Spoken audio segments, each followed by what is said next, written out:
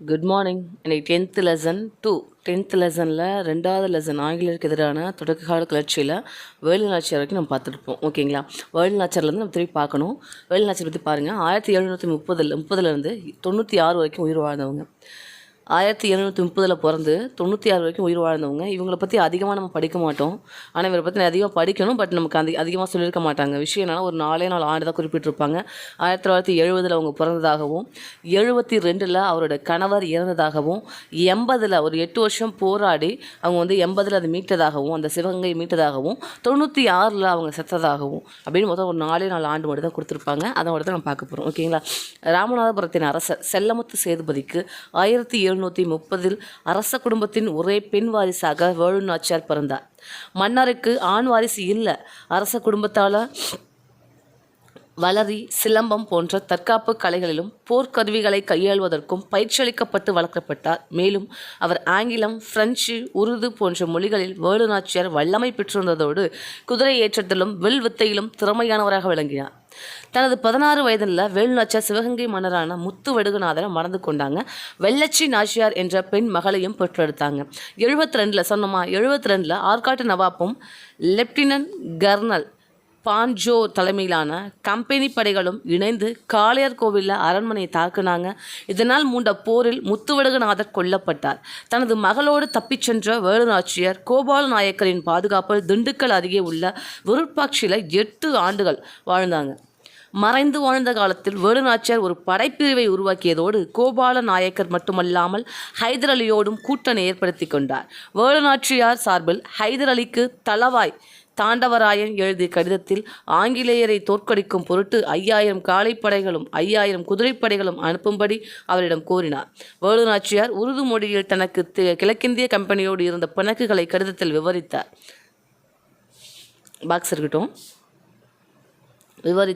மேலும் தான் ஆங்கிலேயரோடு மோதுவதில் தீவிரமாக இருப்பதை தெளிவுபடுத்தினார்.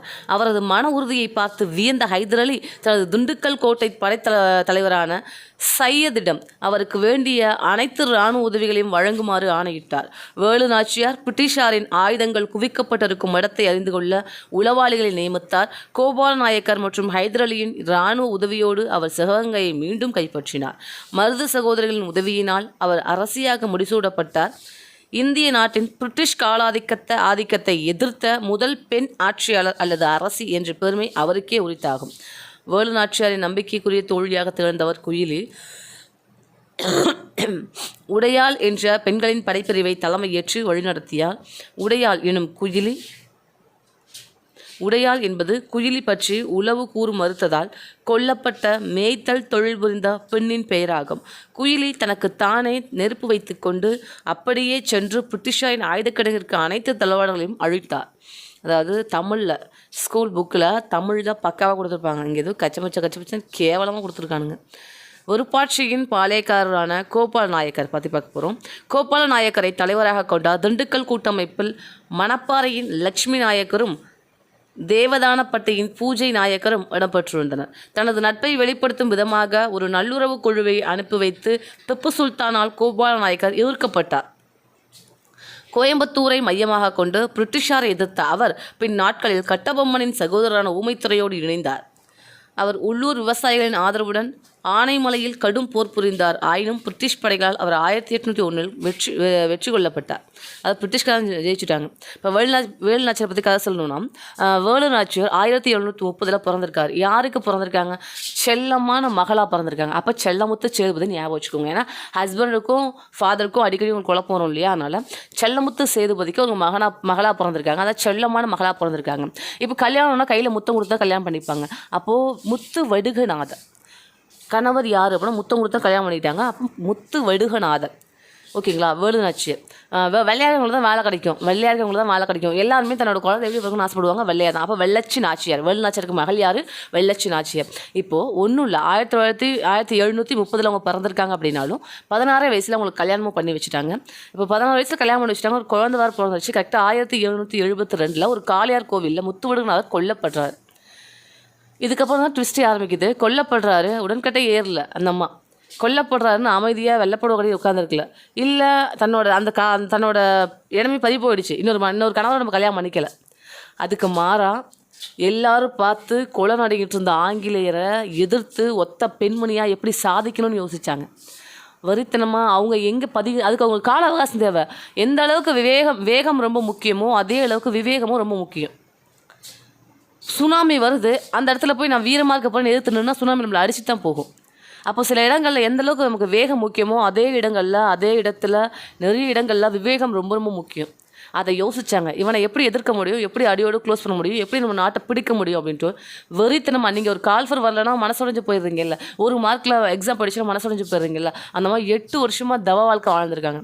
8 வருஷமாக அவ்வளோ போராட்டம் பண்ணி அவ்வளோ ப்ராக்டிஸ் கொடுத்து படைகளை ஃபுல்லாக திரட்டிகிட்டே இருந்திருக்காங்க அவங்கள ஜெயிக்கிறதுக்காக. அந்த வெறி கொஞ்சம் கூட குறையில. நமக்கு ஒரு 10 நாள் மோட்டிவேஷன் ஸ்பீச் எதாவது கேட்கலாம், நம்ம டவுன் ஆகிட்றோம்ல.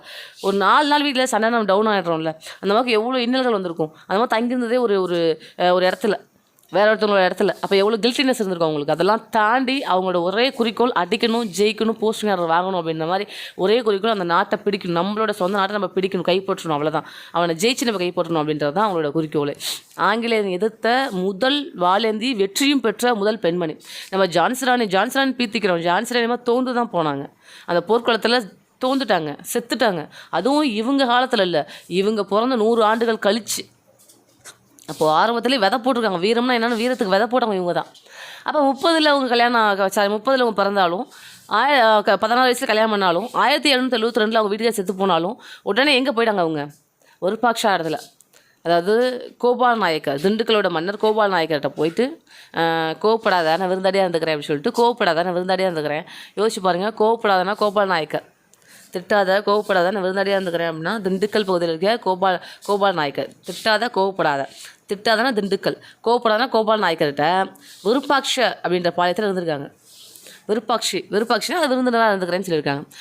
நான் தெளிவாக சொல்லியிருக்கேன். ஷார்ட்கட்டு வேலுநாச்சியார் சொல்லியிருக்காங்க, திட்டாதீங்க கோவப்படாதீங்க நான் விருந்தினராக இருந்துக்கிறேன். அப்போ எங்கே தங்கியிருந்தாங்கன்னு கேட்டாங்கன்னா திண்டுக்கல். திட்டாதீங்க கோவப்படாதீங்க கோபால் நாயக்கர், விருந்தினராக இருந்துக்கிறேன் அப்படின்னா விருப்பாட்சி அப்படின்ற இடத்துல தங்கியிருக்காங்க. 8 ஆண்டுகள் அங்கே தான் இருந்திருக்காங்க. 8 ஆண்டுகள் அங்கே மட்டும் தான் தங்கியிருக்காங்க. எங்கே? விருப்பாட்சியில். விருப்பாட்சின் அப்படி அதை கூட்டுங்களேன், 8 தான் வரும். இன்னொன்று 8 ஆண்டுகள் நம்ம தங்கியிருக்காங்கன்றதை நம்மளால் அழிக்க முடியாத ஒரு உண்மை. 8 ஆண்டுகள் தான் தங்கியிருந்தாங்க. கரெக்டாக 8ஆவது ஆண்டில் இந்த அம்மா எல்லாத்தையும் பேசி பழைய திரட்டுறாங்க. இந்த அம்மாவை நம்பி எல்லோரும் ப்ராக்டிஸும் பண்ணிகிட்ருக்காங்க. இவங்களுக்கு உருது, ஹிந்தி, ஆங்கிலம்லாம் தெரியும் அப்படின்ற மாதிரி நம்ம இப்போ தான் பார்த்தோம். அந்த உருதில் ஹைதர் அலிகிட்ட பேசுகிறாங்க, திப்பு சுல்தானை பேசுகிறாங்க. ஹைதர் அலி திப்பு சுல்தானை இவங்க பேசுகிறாங்க. இப்போ அதாவது ஹைதர் அலி என்ன பண்ணுறாரு அப்படின்னா, உங்களுக்கு 5000 படை வீரர்கள் தராங்க. நம்ம ஊரில் பேசுகிறதுனால, அதாவது தாய்மொழி பேசினா ஈர்க்கப்படும்ல. இப்போ நம்மளே இருக்கோம், இங்கிலீஷில் பேசும்போது ஃபுல்லாக நம்ம அண்டர்ஸ்டாண்ட் பண்ண முடியாது. ஆனால் நம்மளோட தாய்மொழி பேசும்போது நம்ம நல்லா இன்ச்சு அண்டர்ஸ்டாண்ட் பண்ணுவோம், அந்த உணர்ச்சிகளை நம்ம புரிஞ்சுப்போம். அப்போ ஹைதர் அலி 5000 படை வீரர்கள். ஆனால் ஸ்கூல் புக்கில் நம்மளோட தமிழ் புக்கில் என்ன கொடுத்துருப்பாங்க, நம்ம பேசுனாங்க, உருது மொழியில் பேசுனாங்க, அதனால் ஹைதர் அலி 5000 படைவீரர்கள் அனுப்பி வச்சாங்க, அதை புரிஞ்சதுனால அப்படின்னு சொல்லியிருப்பாங்க. இந்த இடத்துல கடிதம் எழுதினாங்கன்னு இருக்குது. ஆக மொத்தத்தில் இவங்க கம்யூனிகேட் பண்ணாங்க, இதில் உருதுல, அவ்வளோதான். 5000 படைவீரர்களை கொடுத்துட்டாங்க அப்படின்ற மாதிரி அவர் சொல்லியிருப்பாங்க. அமைச்சர் யார் அப்படின்னா தாண்டவராயர். ஆமாம், வேலை வந்துட்டா மட்டும் இந்த அமைச்சர் ஒரே தாண்டிடுவாரா? வீட்டில் கேட்பாங்களா? ஆமாம், நீ வேலை வந்துட்டா மட்டும் ஒரே தாண்டிடுவியா அப்படின்னு சொல்லிட்டு. அமைச்சர் ஒரே தாண்டிடுவார். வேலை கிடச்சிச்சுன்னா அமைச்சர் ஒரே தாண்டிடுவார். தாண்டவராயர் அமைச்சர் அப்படின்றவர் தாண்டவராயர். இந்த அம்மாவுக்கு பெண் படைப்பிரிவுகளில் அதில் தான் அவங்க குழப்பி வச்சுருப்பாங்க அந்த புக்கில். பெண் படைப்பிரிவுக்கு குயிலி அப்படின்றவங்க தலைமை தாங்கியிருப்பாங்க. குயிலி அப்படின்றவங்க வேலுநாச்சியாரோட ரொம்ப பெற்றுன்னு வச்சுக்கோங்களேன். தங்க உயிரை கொடுத்தேனும் வேலுநாச்சியாரோட கம்பீரத்தையும் அவங்களோட ஆட்சியும் காப்பாற்றணும்னு நினச்சவங்க, உண்மையான விசுவாசத்துக்கு உரித்தானவங்க. குயிலி என்ன பண்ணாங்கன்னா, ஃபஸ்ட்டு ஒரு விஜயதசமி நாள் வருது. விஜயதசமி அன்றைக்கி மட்டும் சிவகங்கை கோட்டைக்குள்ளே யார் போகலாம்? யார் வேணால் போகலாம். அதுக்கு முன்னாடிலாம் அது க்ளோஸ் பண்ணியிருக்கோம். அந்த ஒரு நாள் மட்டும் திறந்துருப்பாங்க. ஏன் அப்படின்னா அன்றைக்கி தான் திருவிழா. போய் குளத்தில் நம்மளே பார்த்துருப்போம், கூடையில் ஃபுல்லாக விளக்கு இருக்கும். அந்த விளக்கு போய் அந்த நதியில் ஏற்றி வச்சுட்டு வருவாங்க. அது அணையாமல் அப்படியே ட்ராவல் ஆகி போணுச்சுன்னா நம்ம நினச்சது நடக்கும்னு அர்த்தம். அது மாதிரிலாம் சின்ன பழக்கங்கள் இருந்துச்சு. அப்போது அது ஓகே கொடுத்துருப்பாங்க. ஒவ்வொரு வருஷமும் ஓகே தான் கொடுத்துருப்பாங்க. ஓகே, அந்த ஒரு வருஷத்தை இதை பயன்படுத்த மேலே உள்ளே போயிடலான்னு சொல்லிட்டு எல்லா படைப்பிரிவுகளும் பெண்கள் எல்லாத்தையும் சேலை கட்டிக்கிட்டு, அழகாக நீட்டாக சேலை கட்ட சொல்லிட்டு ஒரு கூட பையில் உள்ள ஆயுதங்கள்லாம் வச்சுட்டு மேலே அப்படி பஞ்சு வச்சு அதுக்கு மேலே விளக்க வச்சுட்டு போவாங்க, அழகாக மேக்கப் பண்ணிட்டு. அதனால் யாரும் உங்களுக்கு கண்டிருக்க மாட்டாங்க. வேலுநாச்சியோட பிளான் என்னென்னா, நேராக போகணுன்னா இப்போ நம்ம அடிக்கிறோம், திருப்பி அவங்க அடிக்கிறாங்க. இப்போ நம்ம அடிக்கிறோம், திருப்பி அவங்க அடிக்கிறாங்க. அப்படி தான் நம்ம சிப்பாய் கழகத்தை தோந்து போகணும். சிப்பாய் கழகத்தை நம்ம நினச்சது ஜெயிச்சிருந்துருக்கலாம். ஆனால் நம்ம எப்படி ஒரு 10 பக்கம் படித்தோம், நம்ம ஜெயிச்சிட்டோம்னு நினச்சிக்கிறோம். ஐயோ நம்ம நல்லா படிச்சிட்டோம், நிறைய படிச்சிட்டோம்னு நினச்சிக்கிறோம், சோம்பேறித்தனமாயிடும் உடனே. அதே மாதிரி அவங்களும் ஒரு 4-5 பேர்த்த கொண்டுட்டோன்னு பெருசாக நினச்சி அப்படியே ஃபீல் பண்ணிட்டு ஆமாம் நாங்கள் ஜெயிச்சிட்டோம் அப்படின்ட்டாங்க. விஷயம் அது இல்லை. அப்போ இந்த அம்மா ஃபஸ்ட் என்ன சொல்லியிருக்காங்கன்னா, அவங்க உடனே துப்பாக்கி சூப்பு எல்லாமே இருந்துச்சு, திருப்பி சுட்டு கொண்டானுங்க, எல்லாம் சாவடிச்சு தரமட்டமாக்கி இந்தியர்கள்லாம் துரத்தி விட்டு திருப்பி இந்த நாட்டில் நாங்கள் அப்பா ஜெயிச்சிருக்கோன்னு பிரகடனம் படுத்திட்டாங்க. ஈஸியாக கலவரத்தை அடக்கிட்டாங்க. அதே மாதிரி தான் ஆயுதம் தான் மிகப்பெரிய விஷயம். அதனால் விவேகமாக யூஸ் பண்ணுங்கள், விவேகமாக செயல்படுங்க. போனோன்னு ஆயுத கடனுக்கு தீ வச்சுருங்கன்னு சொல்லிட்டாங்க. அப்போ ஆயுத கடனுக்கு தீ வச்சா அதுக்குன்னு எரியும் இல்லையா? அப்போ அதுக்கு வெளியில் இருக்க ஆண்கள் படைகள் எல்லாம் உள்ளே வந்துருவாங்க. அதாவது பெண்கள் படை மட்டும் தான் உள்ளே வந்திருக்காங்க. ஏன்னா பெண்களுக்கு மட்டும் தான் அனுமதி இருக்குது. இப்போ ஆண்கள் வெளியே நிற்கிறாங்க. ஆண்களுக்கு நாங்கள் உள்ளே வந்துட்டோம், இவங்களை கைப்பற்றிட்டோன்றது எப்படி தெரியும்? போருக்கு நாங்கள் ரெடி ஆகிட்டோன்றது எப்படி தெரியும்? அதனால் ஆயுத கடனுக்கு தீ வச்சுருங்க, அது திகுதுன்னு எரியும். அப்போ அந்த எரியிற சமயத்தை பார்த்து யார் வந்துடுவாங்க? ஆண்கள் உள்ளே வந்துடுவாங்க, அடிச்சு நவுத்தி ஜெயிச்சிருவாங்க. அப்படின்னு தான் பிளான். இது யாரோட பிளான்? வேலுநாச்சியார் அவங்களோட பிளான். எல்லா படைவீரர்களும் அந்த 5000 படைவீரர்களையும் வெயிட் பண்ண வச்சு குட்டியில் தங்குங்கன்னு சொல்லி அவங்கள டெய்லி அவங்கள காலையில் எழுந்திரிச்சு அவங்களுக்கு ப்ராக்டிஸ் கொடுத்து அவங்களுக்கு வீரமான பேச்சை கொடுத்து அவங்களுக்கு உத்வேகம் கொடுத்து உள்ளே அழைச்சிட்டு வந்து அடிச்சு நவுத்துறாங்க. அதே மாதிரி பத்து எரியுது சாதனை. பத்து எரியல. எங்கே பற்றி விட்டால் அது எங்கே அணைஞ்சிருமோ, யாராவது அணைச்சிருவாங்களோ, இது ஏதாவது இடையூறு ஏற்பட்டுருமோ, இந்த பிளான் தடுமாறிடுமோ, 8 வருஷமாக நம்மளோட வேலுநாச்சியோட தவம் கலைஞ்சிருமோ அப்படின்றதுனால தனக்கு தானே நெருப்பை வச்சுக்கிட்டு உள்ளே போய் குதிச்சிட்டாங்க குயிலி. அதுக்கு பேர் தான் தியாகம். தனக்கு தானே நெருப்பையும் வச்சுக்கிட்டு உள்ளே குதிச்சிட்டாங்க. ஆயுத கிடங்கு ஃபுல்லாக பத்து எரியுது. டப்புன்னு சவுண்டு கேட்குது. ஏன்னா உள்ளே வெடிமருந்து இருக்கு, அவங்க உடல் வெடிச்சு சதறுது. இந்த சவுண்டு வெளியே கேட்குது. எல்லாம் உள்ளே வராங்க, அடித்து நவுத்துறாங்க, ஜெயிச்சிட்டாங்க, சிவகங்கை கொடை பிடிச்சிட்டாங்க. எல்லாமே எல்லா வீரர்களும் வெற்றின்னு கத்துறாங்க. சிவகங்கை கொடை பிடிச்சிட்டாங்க. அதுக்கப்புறமா வேலுநாச்சியார் கேட்குறாங்க, இதுக்கு காரணமாக இருந்தால் குயிலி, எங்கள் மாஸ்டர் பிளான் குயிலி எங்கன்னு கேட்கும்போது, சாரி அரசியே, மன்னித்து விடுங்கள் அரசியாரே, முதல்ல இதுக்கு பலியானது குயிலி தான், நம்மளோட வெற்றி அவங்க தான் தியாகம் பண்ணணும் அப்படின்னு சொல்கிறதுக்கப்புறமா ஓகே எல்லாரும் உடையால் குயிலி புகழ் வாழ்கன்னு சொல்லிட்டு அவங்க அந்த இடத்துலேயே கண்ணீர் செலுத்திட்டு வந்துட்டு இருப்பாங்க. அப்படி வந்துட்டு இருக்கும் போது தான் இன்னொரு பெண் சொல்லுவாங்க, இந்த இடத்துல வந்து குயிலியை காட்டி கொடுக்க மறுத்ததுனாலும் இருக்கும். பட் ஆனால் புக்கில் வேலுநாச்சியாரை ஒரு ஆடு மேய்க்கிற பொண்ணு, அதாவது எந்த அளவுக்கு அந்த நாட்டோட மன்னருக்கும் மன்னிக்கும் அரசிக்கும் விசுவாசமாக இருந்திருக்காங்கன்னு பாருங்களேன். அந்த விசுவாசன்றது இப்போ யார்கிட்டையுமே இல்லை, உண்மையாக இருக்கணுன்றது. நம்மக்கிட்ட ஒரு பேச்சு, வெளியே ஒரு பேச்சு, அப்படி தான் பேசிகிட்டு இருக்காங்க. பட் அந்த மாதிரி எவ்வளோ உண்மையாக உடையால் அப்படின்ற பொண்ணு ஆடு மேய்க்கிற பொண்ணு. அந்த ஆடு மேய்க்கிற பொண்ணுகிட்ட போய் ஆங்கிலம் கேட்குறாங்க, எங்கே வேலுநாச்சியார்னு சொல்லிட்டு. அந்த அம்மா ஒன்று தெரியும்னு சொல்லணும், இல்லை தெரியாதுன்னு சொல்லணும். அதானப்பா உலக வழக்கம். சொல்ல முடியாதுன்றிருக்கா. கடுப்பான ஆங்கிலேயே, நீ சொல்லணும்னா உன் தலையை விட்டுடுவோன்றிருக்காங்க. ஏய் நீ வெட்டினாலும் சொல்ல முடியாதுடா அப்படின்ட்டுருக்காங்க. அதே இடத்துல வெட்டியும் போட்டாங்க. காரணமே இல்லாமல் காட்டி கொடுக்க மறுத்ததுனால மட்டுமே தன்னோட உயிரியே தியாகம் பண்ணவங்க உடையாள். அந்த இடத்துல அவங்களுக்கு ஒரு நடுக்கல் வச்சு தான் வச்சிருந்த தாலியை கழட்டி வேலுநாச்சியார் அந்த கல்லுக்கு போட்டு உடையாள் புகழ் வாழ்க அப்படின்னு சொல்லிட்டு போனாங்க. அப்போ விசுவாசத்துக்கு யார், நேர்மைக்கு விசுவாசத்துக்கு யார் அப்படின்னா உடையாள், தியாகத்துக்கு யாருன்னா தியாகத்துக்கு குயிலி, உறுதிக்கு உறுதுணைக்கு சின்ன மருது பெரிய மருது, அமைச்சர்கள், அறிவு வேலுநாச்சியார், பன்மொழி அறிவு வேலுநாச்சியார், இதெல்லாம் சேர்ந்து ஹைதர் அலியோட உதவி இதெல்லாம் சேர்ந்து தான் அந்த ஒரு பெண்ணரசு ஜெயிக்கிறதுக்கு காரணமாக இருந்துச்சு அப்படின்னு நம்ம பார்க்குறோம். நெக்ஸ்ட்டு போகலாங்களா?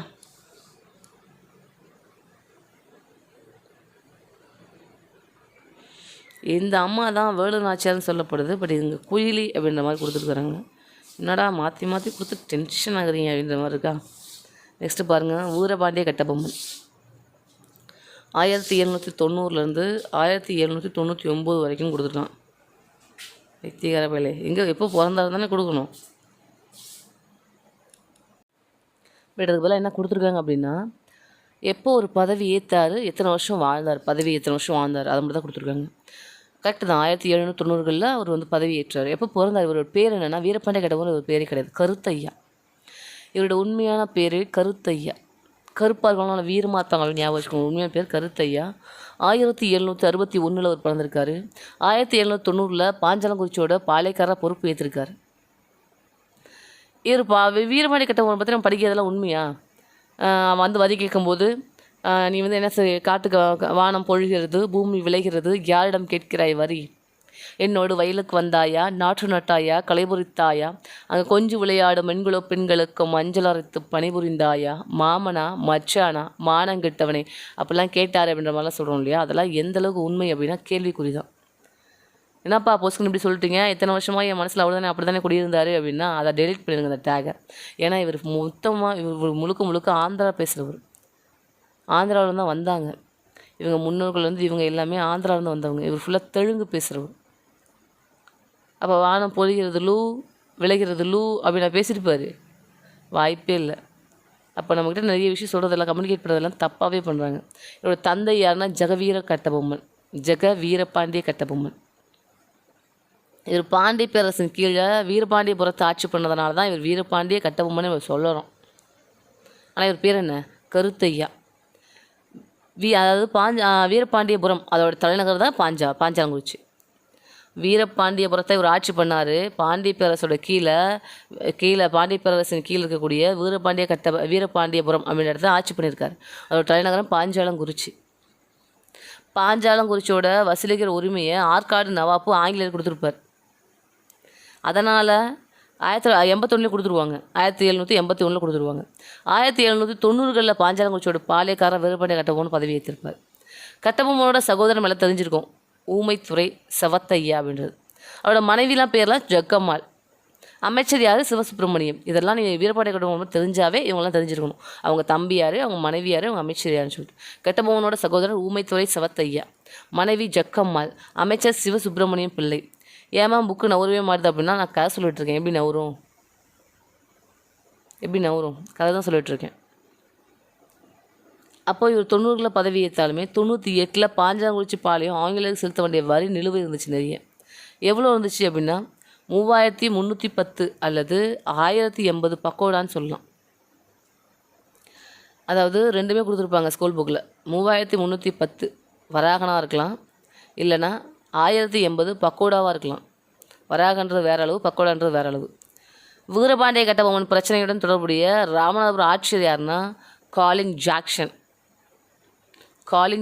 அந்த ஜாக்சன் அப்படின்றவர் தான் இந்த படத்தெல்லாம் பார்ப்போம்ல, நீங்கள் தான் வீரபாண்டிய கட்டபொம்மனோ அப்படிங்கும்போது நீங்கள் தான் ஜாக்சன் துரையோ அப்படின்னு அவர் திருப்பி கேட்பார் இல்லையா, சண்டை வரும் இல்லையா 2 பேத்துக்குமே. அந்த சண்டைக்கு காரணம் வரும் இந்த ஜாக்சன் தான் அப்படின்ற மாதிரி சொல்கிறாங்க. நெக்ஸ்ட்டு ஜாக்சன் சந்திக்கும் போது ஒரு 3 மணி நேரம் நிற்க வச்சார். அப்போ நடைபெற்ற கோரில் தான் லெப்டினன்ட் கிளார்க்கு சாவடிக்கப்பட்டார். அதாவது வாங்க மீட் பண்ணணும்னு சொல்லியிருந்திருப்பார். இவரும் தனியாக போகாமல் நிறைய பேர் போயிருப்பார். திமுரு தானே. அந்த இடத்துல போனோன்னு ஒரு அவமதிச்சு 3 மணி நேரம் உட்கார கூட வைக்காமல் சேர் கூட கொடுக்காம அவமதிச்சிருவாங்க. சும்மா வீரபாண்டிய போட்டு பாருங்களேன், நெட்டில் சூப்பராக வரும். அப்போ நிற்க வச்சுருவார். ரொம்ப டென்ஷனாகவும் 2 பேர் பேசிகிட்டு இருப்பாங்க. அப்படியே வாய் தவறாக ஏற்படும். அதில் ஒருத்தர் சுட்டு கொன்றுவாங்க. அப்போது சுட்டு கொன்றுவாங்க. ஒரே ஒரு கிளர்க், அதாவது கிளர்க்குன்னு சொல்ல முடியாது, நடைபெற்ற மோதலில் அங்கே ஒரு ஆங்கிலேய ஒரு அரசர் ஆங்கிலேய ஒரு அரசு வேலை செய்கிற ஒரு கவர்மெண்ட் ஜாப்பில் உள்ள ஒரு ஆங்கிலேயர் கொன்றுவாங்க. அவர் பேர் லெப்டினன்ட் கிளார்க்கு. அப்போ யார் கவர்னராக இருந்தாங்கன்னா நம்ம எட்வர்ட் கிளைவ் இருந்தார். அந்த காலின் ஜாக்சனுக்கு பதிலாக திருப்பி லூசு பையில ஏன் அப்படி தேவையில்லாம் பிரச்சனை பண்ண, ஏன்னா ஒரு கூப்பிட்றாங்க, கமிட்டி ஏற்படுத்துகிறாங்க. போய் எங்கள் வீரபாண்டிய கட்டபொம்மன் தெளிவாக சொல்லிட்டாங்க, அது மாதிரி 3 மணி நேரம் என்னை அசிங்கப்படுத்துனாங்க, வேதனைப்படுத்துனாங்க, அதனால தாங்க நான் அது மாதிரி பிரச்சனை வந்துச்சுன்னு சொல்லணும். ஓகே கரெக்டு தானே, ஏன்டா லூசு பையில இப்படி பண்ணுறேன்னு சொல்லிட்டு ஒன்றே ஆட்சியரை மாற்றிடுவாங்க. அவர் பேர் லூசிங்டன். ஜாக்சனை மாற்றிட்டு லூசிங்டன். ஜாக்கெட் லூஸாக இருக்குது, வீரனோட ஜாக்கெட் லூஸாக இருக்குது. வீரபாண்டிய கட்டபொம்மனுக்கு ஜாக்சன் துறைக்கு பதிலாக யார் போட்டிருப்பாங்க, லூசிங்டன் போட்டிருப்பாங்க. வீரனோட ஜாக்கெட் லூஸாக இருக்குது. வீரபாண்டிய கட்டபொம்மன் வரி செலுத்த மறுத்து நாகலாபுரம் மன்னர் தலைமையில் அமைத்த ஒரு நெல்லை கூட்டமைப்பில் சேர்ந்து ஆங்கிலேயர் எதிர்த்திருப்பார். அதாவது இவர் வரி செலுத்த மறுத்ததோடு நாகலாபுரம் மன்னர் தலைமையில் போய் நெல்லை கூட்டமைப்பில் சேர்ந்து ஒரு ஆங்கிலேயர் எதிர்த்திருப்பார். கட்டபொம்மன் ஆங்கிலேயர் நட்பு பாளையமான சிவகிரி பாளையத்தை தாக்க முயன்ற, ஏன்னா எல்லாரும் எனக்கு சப்போர்ட் பண்ணுங்கன்னு சொன்னாங்க, எல்லாரும் சப்போர்ட் பண்ணாங்க கட்டபொம்மனுக்கு, சிவகிரி பாளையம் மட்டும் சப்போர்ட் பண்ணலை. அப்போ என்ன அர்த்தம், அவன் ஆங்கிலேயோட ஃப்ரெண்டாக இருக்கான்னு அர்த்தம். உண்மைதான் அது. அதனால் ஆங்கிலேயோட ஃப்ரெண்டாக இருந்ததுனாலேயே சிவகிரி பாளையத்தை தாக்க முயன்றார். கடுப்பாயிட்டா சிவகிரி பாளையம், டேய் நான் ஆங்கிலேயோட ஃப்ரெண்டாக இருக்கேன்டா, என்னை மோதாதலான்னு சொல்லியும் கேட்கல, மோதனா உடனே ஆங்கிலேயர் நினச்சாங்கன்னா நீ என் ஃப்ரெண்டை எதுக்கல, என்னவே எதுக்குற, புரிஞ்சிருச்சா, எங்கேயோ கை வைக்க போய் எதையோ கிளம்புன மாதிரி. மேஜர் பான்மான் என்ற ஆங்கில தளபதி தான் வெள்ளஸ்லி பிரபுவோட உதவி கேட்டு உத்தரவுப்படி சிவகிரி பாளையத்துக்கு ஆதரவாக வந்தார். பாஞ்சாலங்குறிச்சி கோட்டையெல்லாம் ரகசியங்கள்லாம் ஆங்கிலேயர் கொடுத்து தெரிவிச்சிட்டான், போட்டு கொடுத்துட்டான். அவன் பேர் ராமலிங்க முதலியார். தேவையா, எட்டப்ப எப்படி போட்டு கொடுத்தானோ அதே மாதிரி புதுக்கோட்டை அந்த பாஞ்சாலங்குறிச்சியோட கோட்டை ரகசியங்களை ஆங்கிலேயருக்கு தெரிவித்தவர் யார் அப்படின்னா ராமலிங்க முதலியார். புதுக்கோட்டை களப்பூர் காட்டில் ஒளிஞ்சிருந்த கட்டபொம்மனை பிடிச்சி கொடுத்தது யாருன்னா ஒரு க்ளோஸ் ஃப்ரெண்டான புதுக்கோட்டை அரசர் விஜய ரகுநாத தொண்டைமான். எட்டப்பனாவது அவன் கெட்டவன், அவன் போட்டுக்குள்ள நியாயம் இருக்குது. புதுக்கோட்டை களப்பூர் காட்டில் ஒளிஞ்சிருந்தார். ஏன்னா புதுக்கோட்டை அப்படின்றது அவரோட ஃப்ரெண்டு விஜய ரகுநாத தொண்டைமான்றது க்ளோஸ் ஃப்ரெண்டு. அவன் நம்ம காப்பாற்றுவான் நம்பி அவனோட கோட்டைக்குள்ளே தைரியமாக தங்கியிருந்தார், அவரோட இடத்துக்குள்ளே காட்டுக்குள்ளே. ஆனால் காட்டை கொடுத்ததே யார் தான்? விஜய ரகுநாத தொண்டைமான். அப்போது போட்டு கொடுத்ததுக்கப்புறமா கடவுள்னு சொல்லியிருப்பார். அந்த வார்த்தை சூப்பராக இருந்திருக்கும். விஜய ரகுநாத தொண்டைமான் எட்டப்பன் தோற்றான் பூ அப்படின்வான். ஏன்னா எட்டப்பன் தோந்துட்டான்டா அவன்கிட்ட, அவனால் கெட்டவன் போட்டு கொடுத்தான், நீ நண்பதானடா துரோகி அப்படின்ற மாதிரி போவான். எட்டப்பன் தோற்றான் போ அப்படின்னு சொல்லிட்டு, நான் வந்து உங்களோட மன்னரை பார்க்கணும் அப்படின்னு கேட்கும்போது, இல்லை மன்னர் உங்களை பார்க்க விரும்பல, நம்ம போகலாம் அப்படின்னு சொன்னதுக்கப்புறமா அந்தளவுக்காவது குற்ற உணர்ச்சி இருக்குதே அவனுக்கு அப்படின்னு சொல்லிட்டு கிளம்பிடுவார். 1799 அக்டோபர் 16 கட்டபொம்மனை கயத்தாறு, ஏன்னா பிடிச்சிட்டாங்கல்ல, கயத்தாறு அப்படின்ற இடத்துல போய் தூக்கில் இட்டாங்க. பாளையங்கோட்டை திருவிழாவுக்கு பாஞ்சாலங்குறிச்சி மக்கள் சென்றது ஆங்கிலேயர் கூடுறவர் யார் அப்படின்னா எட்டப்பன் தான். பாஞ்சாலங்குறிச்சி அதாவது பாளையங்கோட்டை திருவிழாவுக்கு பாஞ்சாலங்குறிச்சி மக்கள் எல்லாமே போவாங்க அப்படின்னு ஆங்கிலேயர்கிட்ட போட்டு கொடுத்து வீரபாண்டிய கட்டபொம்மனை பற்றி எல்லாத்தையும் போட்டு கொடுத்தது யார் அப்படின்னா எட்டப்பன் தான். 1799 செப்டம்பர் 13 இவர் செத்துட்டார் இல்லையா, அக்டோபருக்கு அப்புறம் தான் செப்டம்பர் செத்துட்டார் இல்லையா, அக்டோபர் 14 கொலை பண்ணிட்டாங்க, தூக்கில் போட்டாங்க, கயத்தாறில் தூக்கில் போட்டாங்க. தொணன்னு பேசுனா, இல்லாட்டா நைன்னு பேசினா, நைன்னு பேசுனா வீரனாக இருந்தாலும் கயிற்றுல தொங்க விட்ருவாங்க. நைன்னு பேசுனா, நைன்னா 99 ரொம்ப முக்கியம், 99 நைன்னு பேசுனா அக்கா பதறாத, நைன்னு பேசுனா வீரனையும் தூக்கில் தொங்க விட்ருவாங்க. அக்கா பதறாத அக்டோபர் 16 டேட் ரொம்ப ரொம்ப ரொம்ப முக்கியம். அக்கா பதறாத நைன்னு பேசுனா வீரனாகவே இருந்தாலும் கயிற்றுல தொங்க விட்ருவாங்க. அக்கா பதறாத அக்டோபர் 16 நைன்னு பேசினா 99 வீரனாகவே இருந்தாலும் கயிற்றுல தூக்கில் தொங்க விட்ருவாங்க, கயிற்று கட்டி தூக்கில் தொங்க விட்ருவாங்க. கயத்தாறு அப்படின்ற இடத்துல தூக்கில் தொங்க போட்டாங்க. கட்டபொம்மனை விசாரித்த குழுவில் இடம்பெற்றவங்களாம் யார் அப்படின்னா, இது எக்ஸாமில் கேட்டிருக்காங்க. வில்லியம் ப்ரௌனு, வில்லியம் ஆரம், ஜான் காசா மேயர். ப்ரௌன் கலர் ஆரம் செய்யணுன்னா காசு வேணும். ப்ரௌன் கலரில் ஆரம் செய்யணுன்னா காசு வேணும். வில்லியம் ப்ரௌனு, வில்லியம் ஆரம், ஜான் காசா மேயர். ப்ரௌன் கலரில் ஆரம் செய்யணுன்னா காசு வேணும். வீரனுக்கு ப்ரௌன் கலர் ஆரம் செய்யணும், காசு வேணும். ஓகேங்களா. நெக்ஸ்ட்டு 1799 தானே பாளையக்காரர்கள் கழகம் வெளிச்சிச்சு. தமிழகத்தில் ஆங்கில கிழக்கிந்திய கம்பெனிக்கு எதிரான முதல் எதிர்ப்பு எது அப்படின்னா இதுதான். இதுக்கு முன்னாடி ஒரு பெண்ணரசியாக எதிர்த்து ஜெயித்தாங்க யார்? வேலுநாச்சியார். அதே மாதிரி ஒரு எதிர்ப்பு, ஒரு கழகம் முதல் உருவானது. ஆங்கிலக்கு எதிரான முதல் கழகம் எதுனா பாளையக்காரர்கள் கழகம் 1799. இப்போ படிக்கலாமா? இதெல்லாம் ஒரு கதை சொல்லியாச்சு, கேட்டு இருப்பீங்க அப்படின்னு நம்புகிறேன். வீரபாண்டிய கட்டபொம்மன் எப்போ பிறந்தார்? வீரர்கள் ஆரோன் பைக்கில் வரும்போது தான் பிறப்பாங்க. வீரர்கள்லாம் ஆரோன் பைக் வந்தால் தான் பிறப்பாங்க. அப்போ 61 பிறந்தாருன்னு அர்த்தம். வீரர்கள்லாம் கருத்தாக இருப்பாங்க அப்படின்னா கருத்தையா அப்படின்னு பார்த்தோம். தனது தந்தையான ஜெகவீர பாண்டிய கட்டபொம்மனின் இறப்புக்கு பின் பாஞ்சாலங்குறிச்சியின் பாளையக்காரராக தனது 30வது வயதில் வீரபாண்டிய கட்டபொம்மன் பொறுப்பேற்றார். 90. இதுக்கு முன்னாடி ஒரு ஷாக்கெட் பார்த்துருப்போம். வீரபாண்டிய கட்டபொம்மன், பாரதியார், விவேகானந்தர், இவங்க 3 பேரும் 39 வயசு செத்துருப்பாங்கன்னு சொல்லிட்டு. அப்போ 30 வயசில் பதவி ஏற்றிருக்காரு. அதான் 1790 பதவி ஏற்றிருக்காரு. 39 வயசு செத்துட்டார். அப்போ 1799 செத்துட்டாருன்னு அர்த்தம். கம்பெனி நிர்வாகிகளான ஜேம்ஸ் லண்டன் மற்றும் காலின் ஜாக்சன் என்போர் இவரை அமைதியை விரும்பும் மனம் கொண்டவராகவே கருதினர். ரொம்ப அமைதியாக இருப்பான் கட்டபொம்மன், ரொம்ப அமைதியாக இருப்பான், என்ன சொன்னால் கேட்டுப்பான் அப்படின்னு நினச்சிட்ருக்காங்க. எனினும் தொடர்ந்து நடந்த சம்பவங்கள் கட்டபொம்மனுக்கும் கிழக்கிந்திய கம்பெனிக்கும் மோதல் போக்கை ஏற்படுத்தின. 1781 கம்பெனியாருடன் நவாப் ஏற்படுத்தி கொண்ட உடன்படிக்கையின்படி மைசூரின் திப்பு சுல்தானும் ஆற்காட்டு நவாப் போர் புரிந்து கொண்டிருந்த போது ஆற்காடு நவாப் தோன்றுவார். அதனால் கர்நாடக பகுதியில் வரி மேலாண்மையும் நிர்வாகமும் கம்பெனியின் முழு கட்டுப்பாட்டின் கீழ் செல்லும் நிலை ஏற்பட்டுச்சு. இதெல்லாம் ஃபஸ்ட்டு இந்த கதையை சொல்லிட்டேன். 1781 ஆற்காடு நவாப் சொல்லிடுவார், நீங்கள் வரி வாங்கிக்கோங்க அப்படி என்னை விட்டுருக்கேன்னு சொல்லிட்டு. சரி ஓகேன்றவாங்க. இவர் 90 வருவார், பின்னாடி தான் வருவார். அப்போ தெரியாது இவருக்கு இதெல்லாம் எதுவுமே தெரியாது. முழு கட்டுப்பாட்டுகளே வந்துருச்சு. வசூலிக்கப்பட்ட வரியில் 1/6 பங்கு நவாப்பிற்கும் அவர் குடும்ப பராமரிப்பிற்கும் ஒதுக்கப்படும். இவ்வாறு பாஞ்சாலங்குறிச்சியிலிருந்து வரி வசூலிக்கும் உரிமையை கம்பெனி பெற்றிருந்தது. அனைத்து பாளையங்களிலிருந்தும் வரிகளை வசூலிக்க கம்பெனி அதன் ஆட்சியாளர் கலெக்டர் நியமித்தாங்க. கலெக்ட் பண்ணுறதுனால அவங்க போய் கலெக்டர் அவரோட ஆட்சியரை நியமித்தாங்க. ஆட்சியர்கள் பாளையங்களை அவமானப்படுத்தியதோடு வரிகளை வசூலிக்க பணியிடை பயன்படுத்தினர். படையினையும் பயன்படுத்தியிருப்பாங்க. போய் மிரட்டுறது, கந்துவட்டி வாங்குவோம்ல, அது மாதிரி. இதுவே கட்டபொம்மனுக்கும் ஆங்கிலேயருக்கும் இடையே பெரும் பகையை ஏற்படுத்திடுச்சு. விஷயம் என்னென்னா, இன்னும் புக்கில் எப்படி தான் இன்னும் கன்ஃபியூஸ் பண்ணுறானுங்க. வீரபாண்டிய கட்டபொம்மன் தரமாட்டேன்னு சொல்லவே இல்லையா, கால அவகாசம் தான் கேட்டாராம். தந்துடுறேன், கொஞ்சம் எனக்கு கால அவகாசம் கொடுங்கன்னு தான் கேட்டாராம். இப்போ எந்த இடத்துலையுமே வானம் பொழியுது பூமி விளையுதுன்னு சொல்லலை, இதனால் தர முடியாதுன்னு மறுக்கலை. என்ன சொல்லியிருக்காரு, எனக்கு கால அவகாசம் கொடுங்கன்னு கெஞ்சிருக்காரு, கேட்டிருக்காரு, அவ்வளவுதான். ஜாக்சனோடு ஏற்பட்ட மோதல். கட்டபொம்மனிடமிருந்து வசூலிக்க வேண்டிய நிலுவையானது 1798 3310 பக்கோடாக்கள் இருந்தது. இவற்றை வசூலிப்பதற்காக ஜாக்சன் என்ற கர்வமுள்ள ஆட்சியர் இராணுவத்தை அனுப்ப முனைந்தபோது மதராஸ் அரசாங்கம் அதற்கு அனுமதிக்க மறுத்தது. சாதாரண ஒரு பாலைக்காரன் ஒரு வயிற்றுல அதுக்கு எதுக்கே போர் மூட்டு உட்கார் அப்படின்ட்டாங்க. தரல, அதற்கு அனுமதி அளிக்க மறுத்தது. 1798 ஆகஸ்ட் 18 ராமநாதபுரத்தில் வந்து தன்னை சந்திக்குமாறு கட்டபொம்மனுக்கு அவர் ஆணையிட்டார்.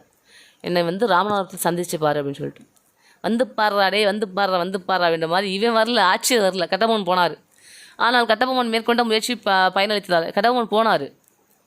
கட்டபொம்மன் போய் பார்க்கும்போது இவர் இருக்குல்ல, ஏன்னா இவர் போகும்போது தனியாக போனால் தானே, ஒரு ஊரோட போகிறார், ஓடிவிட்டான் ஜாக்சனு. அப்போ திருப்பி இவர் போனப்போ அவர் பார்க்கக்கூட இல்லை, பார்க்கவும் முடியல. பயனளிக்காததோடு குற்றாலம் மற்றும் ஸ்ரீவில்லிபுத்தூர் ஆகிய இடங்களிலும் ஜாக்சன் அவரை சந்திக்க மறுத்தார்.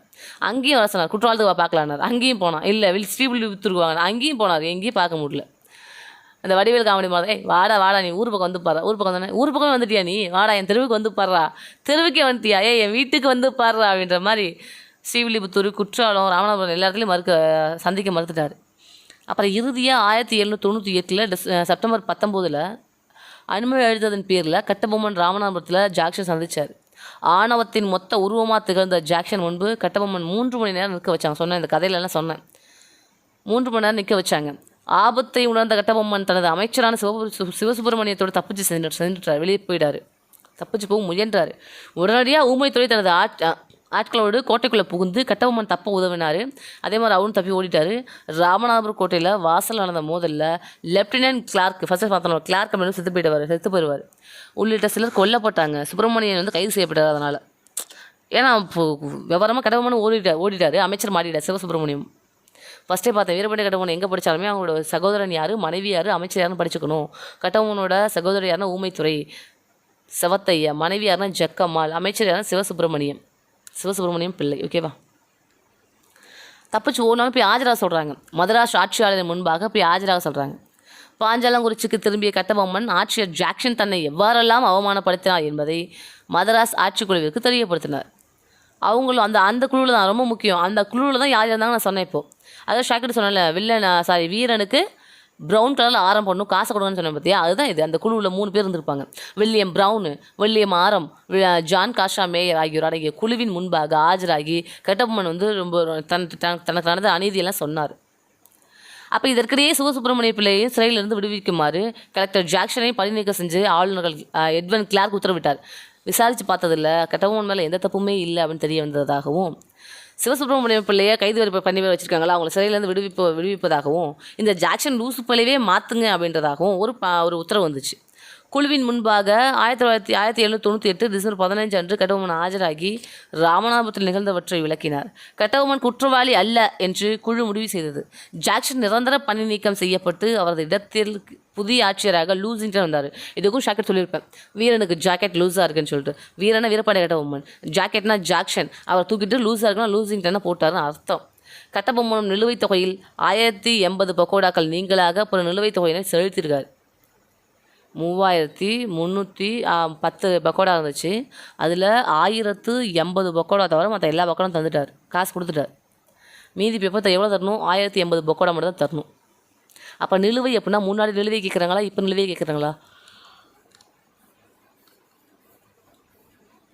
வீரபாண்டிய கட்டபொம்மன் ஆங்கிலத்தில் தர வேண்டிய நிலுவைத் தொகை என்னென்னு கேட்கும்போது கீழே 3310 இருந்தாலும் அடிச்சிடணும், இல்லை 1080 தான் அடிச்சிடணும். ஏன்னா ஃபஸ்ட்டு 3310 இருந்துச்சு.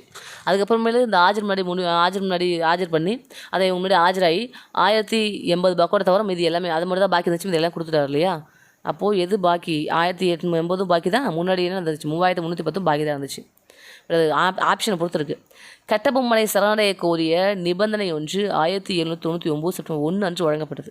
கட்டபொம்மனின் பிடிகொடுக்காத பதிலால் மேஜர் பேனர்மேன் கோட்டையை தாக்கினார்.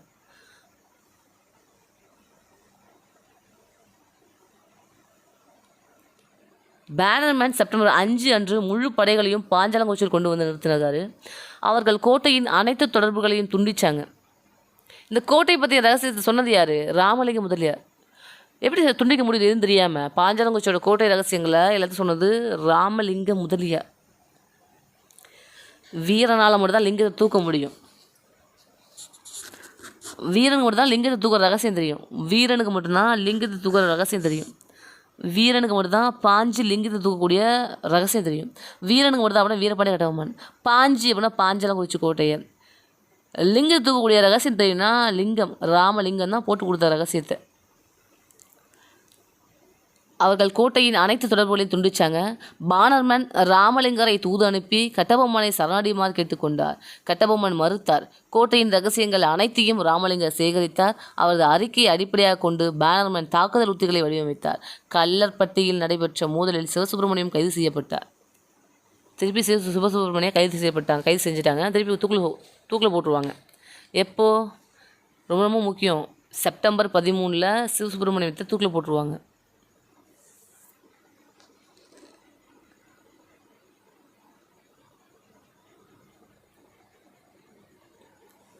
நெக்ஸ்ட்டு பாருங்கள். கட்டபொம்மன் புதுக்கோட்டைக்கு தப்பி சென்றார். அதையும் பார்த்தோம். புதுக்கோட்டையில் தப்பி செஞ்சு நண்பன்றதுனால நம்பி இருந்தாங்க. நண்பனே போட்டு கொடுத்துட்டான். விஜயரகணமாக தொண்டைமான் எட்டப்பன் தோற்றான் போ அப்படின்ற மாதிரி சொல்லிடுவாங்கன்னு. கட்டபொம்மன் புதுக்கோட்டைக்கு தப்பி சென்றார். பிரிட்டிஷார் அவரது தலைக்கு ஒரு வெகுமதியை நிர்ணயித்தார். கட்டபொம்மன் பிடிச்சி கொடுத்தா இவ்வளோ காசுன்னு சொன்னார். எட்டயபுரம் மற்றும் புதுக்கோட்டை அரசர்களால் துரோகம் அழைக்கப்பட்ட கட்டபொம்மன் இறுதியில் பிடிபட்டார். சிவசுப்பிரமணியனார் நாகலாபுரத்தில் செப்டம்பர் 13 தூக்கிலே போடப்பட்டாங்க.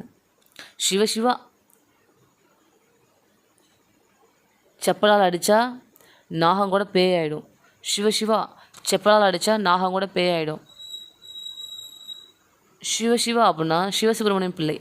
செப்பலால் அடித்தா செப்டம்பர் நாகம் கூட பேயாயிடும். நாகலாபுரத்தை தூக்கில் தொங்க போட்டாங்க. எந்த டேட்டு? 13ஆம் டேட்டு. ரொம்ப முக்கியம் இதெல்லாம். வீரபாண்டிய கட்டபொம்மன் இப்போ தூக்கில் போட்டார். அக்கா பதறாதக்கா நைன்னு பேசினோம்னா பேசினா வீரனையே தூக்கில் தொங்க விட்ருவாங்க. அக்கா பதறாத அக்டோபர் 16 நைன்னு பேசினா 99 வீரனே தூக்கில் போட்டுருவாங்க. வீரபாண்டிய கட்டபொம்மன் தூக்கில் போட்ட டேட்டு. சிவசிவா செப்பலால் அடித்தா நாகமே பேயாயிடும். சிவசிவா அப்படின்னா சிவசுப்பிரமணிய பிள்ளை. செப்பலால் அடித்தா செப்டம்பர் நாகமே பேயாயிடும். நாகலாபுரத்தை தூக்கில் தொங்க போட்டாங்க. பேயாயிடும்னா பேய் 13. நெக்ஸ்ட்டு பேனர்மேன் பாருங்கள். விசாரணை என்ற பெயரில் ஒரு கேலி கூத்தை பாளையக்காரர்கள் முன்பாக அக்டோபர் 16 அன்று அரங்கேற்றினார். பேனர்மேன் விசாரணையின் போது கட்டபொம்மன் தன் மீது சுமத்தப்பட்ட அனைத்து குற்றச்சாட்டுகளையும் ஏற்றுக்கொண்டார். என்ன சொல்கிறேன் சொல்லு. ஆமாம் நான் அதை பண்ணேன் தான். ஆமாம் இதை நான் பண்ணேன். ஆமாம் அதை மன்னிப்பு கேட்கல. ஆமாம் இதை பண்ணேன்னு எல்லா கூட்டத்தையும் ஏற்றுக்கிட்டார். திருநெல்வேலிக்கு மிக அருகிலே உள்ள கயத்தாரின் பழைய கோட்டைக்கு முன்பாக இருந்த புளிய மரத்தில் சக பாளையக்காரர்கள் முன்னிலையில் யாரும் இனிமேல் எதிர்க்கக்கூடாதுன்னு சொல்லிட்டு சக பாளையக்காரர்கள் முன்னிலையில் கட்டபொம்மன் தூக்கிலிடவும் பட்டார். இவ்வாறு போற்றலுக்குரியவாக திகழ்ந்த பாஞ்சாலங்குறிச்சியின் பாளையக்கார கட்டபொம்மனின் வாழ்க்கை முடிவுற்றது. அவர் மீது புனையப்பட்ட நாட்டுப்புற பாடல்கள் பலவும் அவரது நினைவை மக்களிடையே உயிர்ப்புடன் தக்க வைத்துக் கொள்ள உதவுகின்றது. வீரபாண்டிய கட்டபொம்மனை பற்றி ஃபுல்லாக படிச்சுட்டோன்னு அர்த்தம். நெக்ஸ்ட்டு மருது சகோதரர். வேர்ல்டு லாச்சருக்கு ஹெல்ப் பண்ணியிருப்பாங்க இந்த மருது சகோதரர். மருது சகோதரர் ரொம்ப ரொம்ப முக்கியம். மருது பாண்டியர்கள் தான் புரட்சியை மருது பாண்டியர் புரட்சியை தான் நம்ம தென்னிந்திய புரட்சி நம்ம சொல்கிறோம். சொன்னது ராசையன். அதுவே கேட்கலாம்.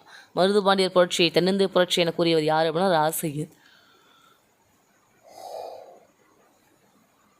இந்த மருது பாண்டியர்கள் யார் அப்படின்னா சிவகங்கை மன்னர் முத்துவடுகநாதரோட கீழே பணியாற்றிட்டு இருந்தவங்க. அதனால தான் தன்னோட மன்னர் இறந்து போனாலுமே மன்னரோட ஒய்ஃபுக்கு உதவி செஞ்சு அவங்கள நாட்டை திருப்பி பிடிக்க வச்சாங்க. மருது பாண்டியர்கள் யாருன்னா சிவகங்கை அரசர் முத்துவடுகநாதர். முத்தவங்க தான் கல்யாணம் பண்ணணும். பார்த்தோமா வேலுநாச்சியார் முத்தவங்க தான் கல்யாணம் பண்ணாங்க. வேலுநாச்சியாரோட கணவர் தான் முத்துவடுகநாதர். அவங்களுக்கு கீழே ஒர்க் பண்ணவங்க தான் இவங்க. 1772 காளையார் கோவிலில் போர் வந்துச்சு. முத்துவடுகநாதர் செத்துட்டார். ஆனாலும் இவங்க தடைமாறல திருப்பி அவங்களோட அரசிக்கு துணையாக இருந்தாங்க. வெள்ளை மருது அதாவது பெரிய மருது ஆட்சி போது சிவகங்கை. தலைநகர் என்ன? சிறுவயல். பெரிய மருதோட மகன் யாரா? துரைசாமி. அதெல்லாம் புக்கில் கொடுத்துருப்பாங்க. இந்த அளவுக்கு நீங்கள் டெத்தை போக வேணாம். ஆங்கிலேயருக்கு எதிராக அமைக்கப்பட்ட கூட்டமைப்புகள் என்னெல்லாம் அப்படின்னு இருந்துச்சுன்னா அது ரொம்ப முக்கியம். ஆங்கிலேயருக்கு எதிராக ஒரு கூட்டமைப்பு நடத்துனாங்க. இல்லை கூட்டமைப்பு கூடினாங்க. ராமநாதபுரம் கூட்டமைப்பு, நெல்லை கூட்டமைப்பு, திண்டுக்கல் கூட்டமைப்பு, கோவை கூட்டமைப்புலாம் உருவானுச்சு. நமக்கு ரொம்ப முக்கியம் என்னென்னா இதெல்லாம் யார்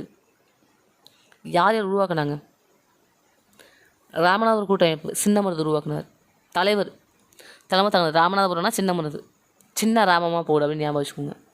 சின்ன ராமமாக போடு, சின்ன ராமமாக போடு அப்படின்னு ஞாபகம் வச்சுக்கோங்க. நெல்லை கூட்டமைப்பு நாகலாபுர மன்னர். நெல் வயலில் தான் நாகப்பாம்பு இருக்கும், நமக்கே தெரியும். எலி நாகப்பாம்புலாம் நெல் வயலில் தான் இருக்கும். நெல்லை கூட்டமைப்பு நாகப்பாம்பு, நெல் வயலில் தான் நாகப்பாம்பு இருக்கும். திண்டுக்கல் கூட்டமைப்பு கோபால் நாயகர். கோபால் திட்டாதீங்க கோபால் அப்படின்னு ஞாபகம் வச்சுக்கோங்க. கோபால் திட்டாதீங்க கோபால். திண்டுக்கல் கூட்டமைப்பு கோபால் நாயக்கர். கோவை மலபார் கூட்டமைப்பு. மலபார் கூட்டமைப்புனாவே கேரளா தான். மலபார்னாவே கேரளா தானே. அப்போது கேரளா மலபார். கோவை கூட்டமைப்பு மட்டும் கேட்க மாட்டாங்க, மலபார் கூட்டமைப்பு தான் கேட்பாங்க. அப்போ கேரளா. வேறு ஏதாவது இதோட சம்மந்தப்பட்டவங்க வேறு இருக்காங்களா அப்படின்னா துண்டாவாக்கு, கிருஷ்ணப்ப நாயக்கர், துண்டாவாக்கு, கானை ஜகான், இவங்க எல்லாமே இந்த கூட்டமைப்போட தொடர்புடையவங்க. இந்த கூட்டமைப்பெல்லாம் ஒருங்கிணைச்சது யார் அப்படின்னா சின்ன மருது தான். சின்ன பையன் எல்லாத்தையும் ஒருங்கிணைச்சிட்டான்னு ஞாபகம் வச்சுக்கோங்க. சின்ன பையன் எல்லாத்தையும் ஒருங்கிணைச்சிட்டான். இந்த ஃபுல்லாக இந்த எல்லா கூட்டமைப்பும் சேர்த்து தென்னிந்திய கூட்டமைப்புன்னு சொல்லுவாங்க. தென்னிந்திய கூட்டு இணைவு அப்படின்னு சொல்லுவாங்க. கூட்டு இணைவு, எல்லாம் கூட்டமாக இணைஞ்சிருக்காங்க. தென்னிந்திய கூட்டு இணைவு அப்படின்னு பார்த்தோம். நம்ம தென்னிந்திய புரட்சி அப்படின்னாவே மருது சகோதரர்கள் தான். ஆனாலும் தென்னிந்திய புரட்சியின் கதாநாயகன் அப்படின்னு நம்ம யாரை சொல்கிறோம் அப்படின்னா சிவகங்கை சிங்கம். அதாவது தென்னிந்திய புரட்சியின் கதாநாயகன் அப்படின்னாலும் சிவகங்கை சிங்கம் அப்படின்னாலும் நம்ம சின்ன மருது சொல்லுவோம். ஓகேங்களா. சி அப்படின்னு ஞாபகம் வச்சுக்கோங்க. சிவகங்கை சி, சிங்கம் சி, சின்ன மருது சி. சிவகங்கை சிங்கம் அப்படின்னு நம்ம யாரை சொல்கிறோம் அப்படின்னா சின்ன மருது தான். அவர் தான் தென்னிந்திய புரட்சியின் கதாநாயகன் அப்படின்னு சொல்லப்படுறாரு. அதாவது மருது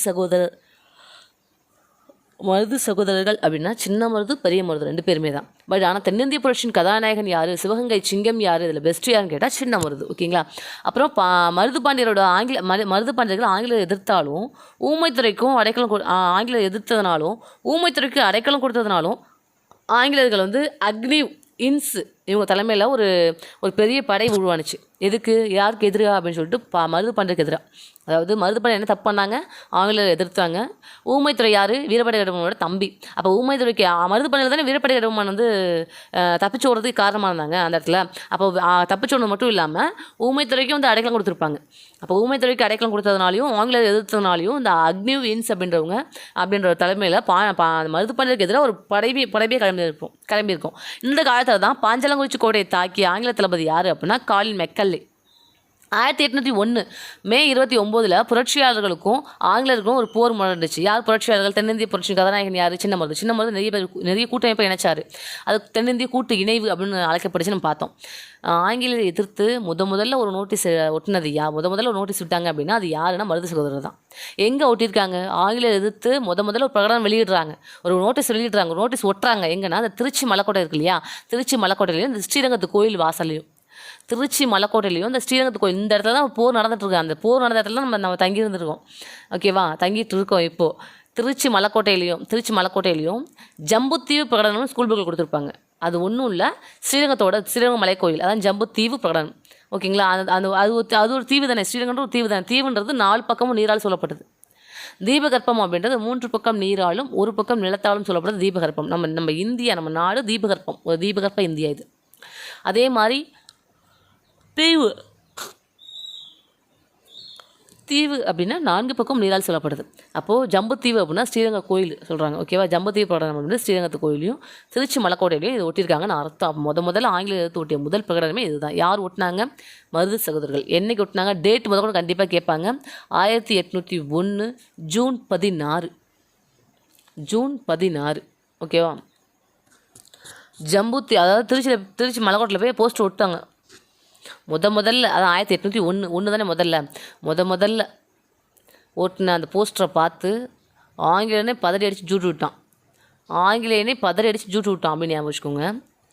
மருது சகோதரர் முதல்ல ஒரு ஜம்புத்தீவு பிரகடனம், திருச்சி பிரகடனம்னு சொல்லுவாங்க, ஜம்புத்தீவு பிரகடனம்னு சொல்லுவாங்க. திருச்சி மலைக்கோட்டில் ஒட்டப்பட்டுச்சு. 2 இடத்துல ஒட்டினாங்க, திருச்சி மலைக்கோட்டை, ஸ்ரீரங்க கோயில். ஓகேங்களா. எந்த டேட்டு? ஜூன் 16. பதறி போய் ஜூட்டு விட்டாங்க. அந்த நோட்டீஸை பார்த்தோன்னா பதறி போய் ஜூட்டு விட்டாங்க அப்படின்னு ஞாபகம் வச்சுக்கோங்க. இது ஆங்கிலேயருக்கு எதிராக அணிந்த இந்தியர்களோட ஒருங்கிணைந்த அறிக்கை, முதல் அறிக்கை இதுதான். ஓகேங்களா. இந்த புரட்சியில் சோழபுரம் அப்படின்ற சோழபுரத்தில் போய் மருது சகோதரர் தோற்கடிக்கப்பட்டாங்க. சிங்கப்புணரி அப்படின்ற காட்டில் மறைஞ்சிருந்தாங்க மருது சகோதரர். அவங்கள பிடிச்சு ஆங்கிலேயர்கிட்ட ஒப்படைச்சது யார் அப்படின்னா அதே வீரபாண்டிய கட்டபொம்மனை யார் பிடிச்சு கொடுத்தாரோ அதே விஜய ரகுநாத தொண்டைமான் தான் பிடிச்சு கொடுத்துட்டாங்க. அக்டோபர் 24 1801 அக்டோபர் 24 ராமநாதபுரத்தில் உள்ள திருப்பூர் கோட்டையில் மருது பாண்டியர்கள் தூக்கிலிடப்பட்டாங்க. மருதுபாண்டியர் அடைக்கலம் கொடுக்கப்பட்டிருந்த ஊமைத்துறையும் மாட்டிக்கிட்டாரு. நவம்பர் 16 ஊமைத்துறையும் சிவத்தையாவும் பாஞ்சாலங்குறிச்சியில் கொல்லப்படுறாங்க.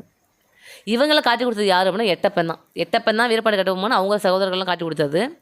விஜய ரகுநாதன் வந்து எப்படி பாஸ் நம்ம காட்டி கொடுக்குறோம் கூட்டி கொடுக்குறோமா பாஸ் அப்படின்ற மாதிரி இவர் காட்டி கொடுத்தாரு எட்டப்பனை. அவர் அலசி போய் கூட்டிகிட்டு போய் விட்டுட்டார். அதான் கூட்டிகிட்டு போய் விட்டுட்டார் அவ்வளோதான்.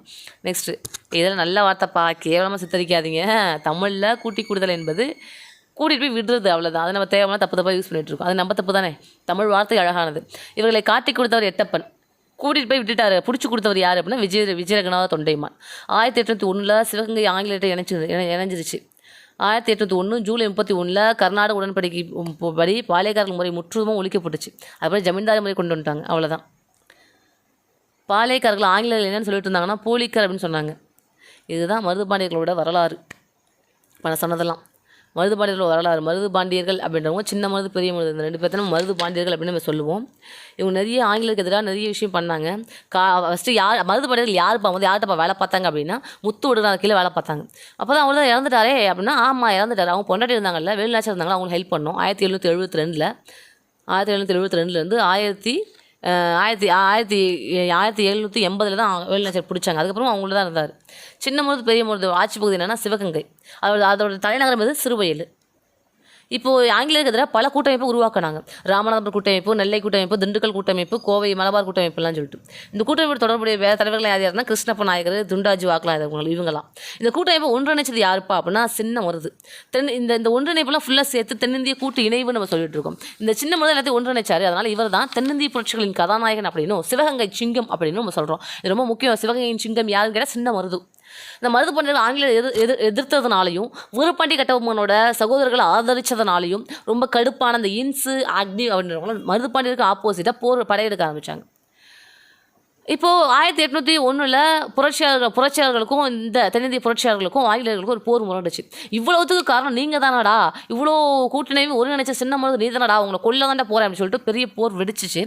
அந்த டைமுக்குள்ள அந்த பர்டிகுலர் டைமில் தான் முதல்ல ஆங்கிலேயர் எடுத்து ஒரு பிரகடனம் வெளியிடுறாங்க. அது திருச்சியில் ஓட்டினதுனால திருச்சி பிரகடனம் அப்படின்னும், அல்லது ஜம்புத்தீவு பிரகடனம். அது ஜம்புத்தீவுனா நம்ம ஸ்ரீரங்கத்தில் ஓட்டினதுனால ஜம்புத்தீவு பிரகடனம் அப்படின்னு சொல்கிறோம். என்ன டேட்டு அதை பார்த்து பதறி போய் ஜூட் விட்டானுங்க அப்படின்னு வச்சுக்க சொல்லியிருக்கேன். ஜூன் 16. ஓகேங்களா. அது ஒரு அறிக்கை தான் வச்சாங்க. ஒரே ஒரு அறிக்கை தான் ஒட்டினாங்க. அந்த ஒரு அறிக்கை தான் திருச்சிலையும் ஒரு 2 இடத்துல ஓட்டினாங்க. திருச்சிலையும் ஓட்டினாங்க, ஸ்ரீரங்கத்தில் ஓட்டினாங்க.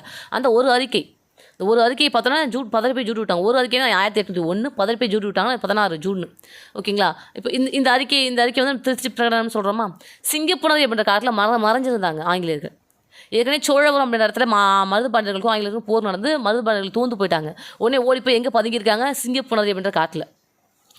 காட்டில் சிங்கத்துக்கு மருந்து போடு, காட்டுக்குள்ளே வச்சு சிங்கத்துக்கு மருந்து போடுன்னு வச்சுக்கோங்க. காட்டுக்குள்ளே வச்சு அப்படின்னா காட்டில் மறைஞ்சிருந்தாங்க. எங்கே சிங்கத்துக்கு மருந்து போடு, சிங்கப்புணரி மருது சகோதரர்கள்.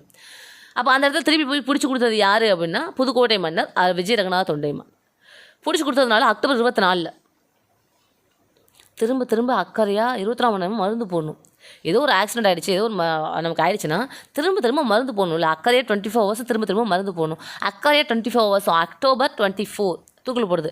அக்டோபர் 24 திரும்ப மருந்து போகணும். திருப்பூர் கோட்டையில் தான் மருதுபாண்டியர்கள் தூக்கிலிடப்பட்டாங்க. ரொம்ப முக்கியம் ஷாக்கெட்லாம். அக்கறையாக 24 ஹவர்ஸ் திரும்ப மருந்து போடணும். அக்கறை 24 ஹவர்ஸ் அக்டோபர் 24 திரும்ப மருந்து போகணும். திருப்பூர் கோட்டையில் தான் மருது சகோதரர்கள் தூக்கில் போட்டாங்க. திருப்பத்தூர் கோட்டை, திருப்பத்தூர் கோட்டையில் தான் மருது பாண்டியர்களுக்கு வந்து தூக்கில் போட்டாங்க. ஓகேங்களா. அப்புறம் ஊமை பயலை நம்பி இந்த 16 வயசு பிள்ளையை அனுப்பலாம். இந்த 16 வயசு பிள்ளையை அனுப்பலாம்ப்பா, தப்பு இல்லை. இந்த ஊமை பையில நம்பி சவத்தைய ஊமைத்துறை நம்பி 16 வயசு பிள்ளை அனுப்பலாம். நவம்பர் 16 தூக்கில் போட்டாங்க பாவம். இதெல்லாம் காட்டி கொடுத்த இடம் எட்டப்பன உங்களுக்கு தெரியும். அவ்வளவுதான், வேறு எதுவும் கிடையாது. ஆங்கிலேயர்களை அதாவது ஆங்கிலேயர்கள் பாளையக்காரர்களை போலிக்கர் அப்படின்னு சொன்னாங்க. அவ்வளோதான். ஓகேவா. இப்போ புக்கில் என்ன கொடுத்துட்டு பார்க்கலாமா. கதை முடிந்து விட்டது. பரிய மருது என்ற வெள்ளை மருது, அவரது தம்பியான சின்ன மருது ஆகியவர் இருவரும் சிவகங்கையின் முத்துவடுகநாதர் திறமையான படைத்தலைவராக இருந்தாங்க. காளையார் கோவில் போரில் முத்துவடுகநாதர் இறந்த பின் வேலுநாச்சியாருக்கு அரசுரிமையை மீட்டுக் கொடுக்க மருது சகோதரர்கள் அரும்பாடுபட்டனர். 18ஆம் நூற்றாண்டின் கடைசி ஆண்டுகளில் மருது சகோதரர் பிரிட்டிஷாரை எதிர்க்க திட்டமிட்டனர். கட்டபொம்மனின் இறப்பிற்கு பின்னர் அவரது சகோதரர் ஊமைத்துறையோடு இணைந்து பணியாற்றினாங்க.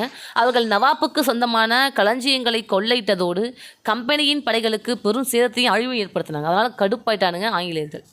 மருது சகோதரோட காலம் என்ன 1800 1801. அதான் நம்மளோட இந்தியாவில் மருது சகோதரர் நம்ம தமிழ்நாட்டில் மருது சகோதரர் காலம்னு சொல்லப்படுது. ஏன்னா அப்போ தான் அவங்களோட தீவிரம் ரொம்ப அதிகமாக இருந்துச்சு. 1800 ஆரம்பித்தாங்க, அப்புறம் பிரகடனம் ஓட்டினாங்க, அவங்களை எதிர்த்தாங்க. அதே 1801 அதாவது ஒரு வருஷம் தொடர்ந்து போராடினாங்க. அதுக்கப்புறம் சுட்டு கொண்டுட்டானுங்க, தூக்கில் போட்டானுங்க ஆங்கிலேயர்கள். கட்டபொம்மனின் கழகம் அதாவது கழகம் சொல்கிறோம், மருதுபாண்டியர்களோட கழகம் எது அப்படின்னா 1800 1801. இதுதான் நம்ம தென்னிந்திய புரட்சின்னு நம்ம சொல்கிறோம். கட்டபொம்மனின் கழகம் 1799 நடந்துச்சு. ஒடுக்கப்பட்ட போதும் 1800 மீண்டும் கழகம் வெடித்தது. பிரிட்டிஷாரின் குறிப்புகளில் இது இரண்டாவது ஃபஸ்ட்டு பாளையக்கார புரட்சின்றது வீரபாண்டிய கட்டபொம்மன் ஃபஸ்ட்டு பாளையக்காரர். அவர் ஒரு பாளையக்காரர் தானே. ஃபஸ்ட்டு வீரபாண்டியபுரம் அப்படின்றதுல அவரோட தலைநகரம் பாஞ்சாலங்குறிச்சியோட பாளையக்காரர். அப்போ பாளையக்காரர்கள் போர் எப்போ முடிஞ்சிச்சுன்னா 1799 தான். நைன்னு பேசினா வீரனாகவே இருந்தாலும் என்ன பண்ணுவாங்க, அவங்க கைத்தில் தொங்க விட்ருவாங்க. நைன்னு பேசினா வீரனாகவே இருந்தாலும் கைத்தில் தொங்க விட்ருவாங்க. ஓகேவா அப்படின்னு பார்த்தோம் நம்ம. ஓகேங்களா, நெக்ஸ்ட்டு பாருங்கள்.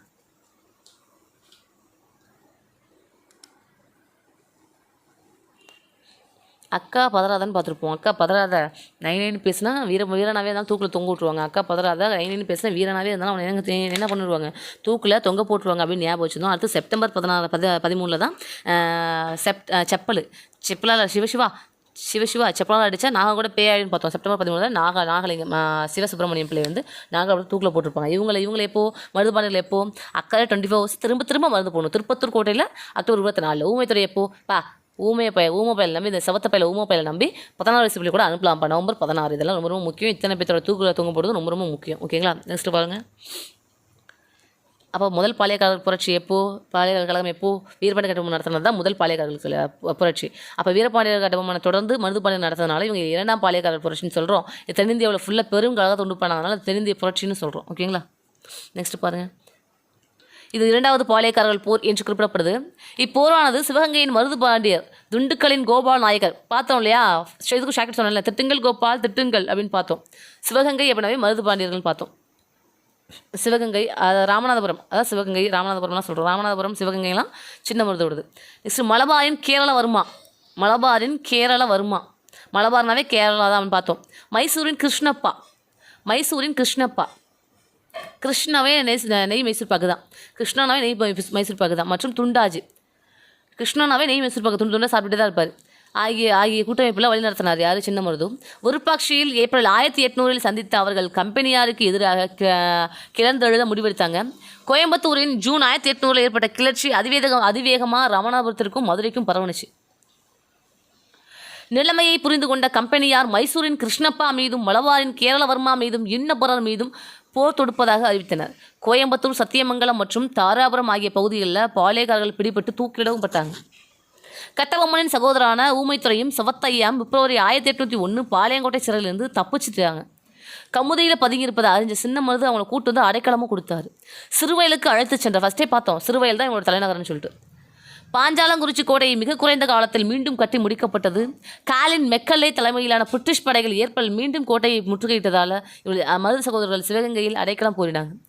தப்பி ஓடியவர்களை ஊமைத்துறையும் செவத்தையாவையும் தப்பி ஓடியவர்களை ஒப்படைக்குமாறு மருது சகோதரர்கிட்ட சொல்கிறாங்க. உனக்கு எனக்கு எந்த பிரச்சனையும் கிடையாது, நீங்கள் வீரபாண்டிய கட்டபொம்மனோட தம்பிக்கு அடைக்கலம் கொடுத்துருக்க, அவங்க திருப்பி எங்களை ஒப்படைச்சுன்னு சொல்லியிருக்காங்க. இவர் மறுத்திருக்காரு.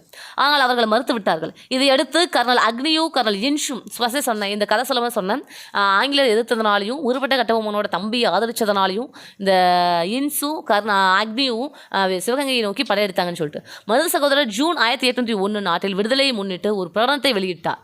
ஃபஸ்ட்டு சொன்ன இல்லையா, ஆங்கிலேயர் எதிர்த்து வெளியிட்ட முதல் பிரகடனம் இதுதான்னு சொல்லிட்டு அதை திருச்சிராப்பள்ளி பேரறிக்கை அப்படின்னு சொல்கிறாங்க. 1801 பிரிட்டிஷாருக்கு எதிராக மண்டல, ஜாதிய, சமய, இன வேறுபாடுகளை கடந்து நிற்பதற்காக முதலில் விடுக்கப்பட்ட அறைக்கூவலே 1801 பேரறிக்கை. இப்பேரறிக்கை திருச்சியில் அமைய பெற்ற நவாப்பின் கோட்டையில் முன் சுவரிலும், நவாப்பின் கோட்டை தாப்பா அது, திருச்சி மலைக்கோட்டை, சுவரிலும் ஒட்டப்பட்டது. ஆங்கிலேயருக்கு எதிராக செயல்பட விழைந்த தமிழக பாளையக்காரர்கள் பலரும் ஒன்று திரண்டனர். யாரெல்லாம் ஆங்கிலேயர் பிடிக்கல அவங்கெல்லாம் ஒன்று திரண்டாங்க. சின்ன மருது ஏறத்தாழ 20,000 ஆட்களை ஆங்கிலேயருக்கு எதிராக திரட்டினார். வங்காளம், சிலோன், மலேசியா ஆகிய இடங்களில் நிறுத்தி வைக்கப்பட்டிருந்த பிரிட்டிஷ் படைகள் விரைந்து வந்தன. புதுக்கோட்டை, எட்டயபுரம் மற்றும் தஞ்சாவூரின் அரசர்கள் பிரிட்டிஷாருடன் கைகோர்த்தனர். தமிழர்கள் பிரிட்டிஷார் எல்லாம் கைகோக்குறாங்க. அதாவது புதுக்கோட்டை மன்னர்லாம் பிரிட்டிஷரை ஹெல்ப் பண்ணுறவர் தானே, அவர் தானே வீரப்படையவர்னு போட்டு கொடுத்தாரு. அப்போ பிரிட்டிஷருக்கு யாரெல்லாம் ஃபேவராக இருக்காங்களோ அவன் பிரிட்டிஷரோட தொடர்பு கூடியறான், ஆங்கிலேயர்கிட்ட கை கோக்குறான். ஆங்கிலேயரின் பிரித்தாளும் கொள்கை என்ற உத்தி விரைவில் பாளையக்காரர்களின் படையில் பிரிவினை ஏற்படுத்தினுச்சு. சிவகங்கை வீழ்ச்சி எப்படி இருந்துச்சுன்னு பாருங்கள். ஆங்கிலேயர்கள் மே 1801 தஞ்சாவூரிலும் திருச்சியிலும் வந்த கலகக்காரர்களை தாக்கினாங்க. கலகக்காரர்கள் பிரான்மலையிலும் காளையர் கோவிலிலும் தஞ்சம் புகுந்தனர். இவர்கள் பிரிட்டிஷ் படைகளால் மீண்டும் துர்க்கடிக்கப்பட்டனர். இறுதியாக வலுவான இராணுவமும் சிறப்பான தலைமையும் கொண்ட ஆங்கிலேய கம்பெனியை வெஞ்சு நின்றது. கழகம் தோற்றதால் 1801 சிவகங்கை இணைக்கப்பட்டுச்சு. இதோட ஆங்கிலேயரோட ராமநாதபுரத்தின் அருகே அமைந்த திருப்பத்தூர் கோட்டையில் 1801 அக்டோபர் 24 சொன்னா 1801 அக்டோபர் 24 அக்டோபர் 24 திரும்ப மருந்து போடணும். மருந்து சோதனை தூக்கிலிடப்பட்டான்னு போட்டிருக்காங்க. பட் எந்த ஊரோட கொடுக்கல, திருப்பத்தூர் ரொம்ப ரொம்ப முக்கியம். நெக்ஸ்ட் 1801 நவம்பர் 16 பாஞ்சாலங்குறிச்சியில் தலை துண்டிக்கப்பட்டுச்சு. யாருக்கு? ஊமைத்துறைக்கு, சவத்தையா. இதுக்கு என்ன ஷாக்கெட் பார்த்தோம்? சவப்பான பிள்ளை நம்பி சவத்த பிள்ளை ஊமை நம்பி இந்த சவத்த பிள்ளை அனுப்பலாம். அந்த 16 வயசு பிள்ளை நம்பி அனுப்பலாம்.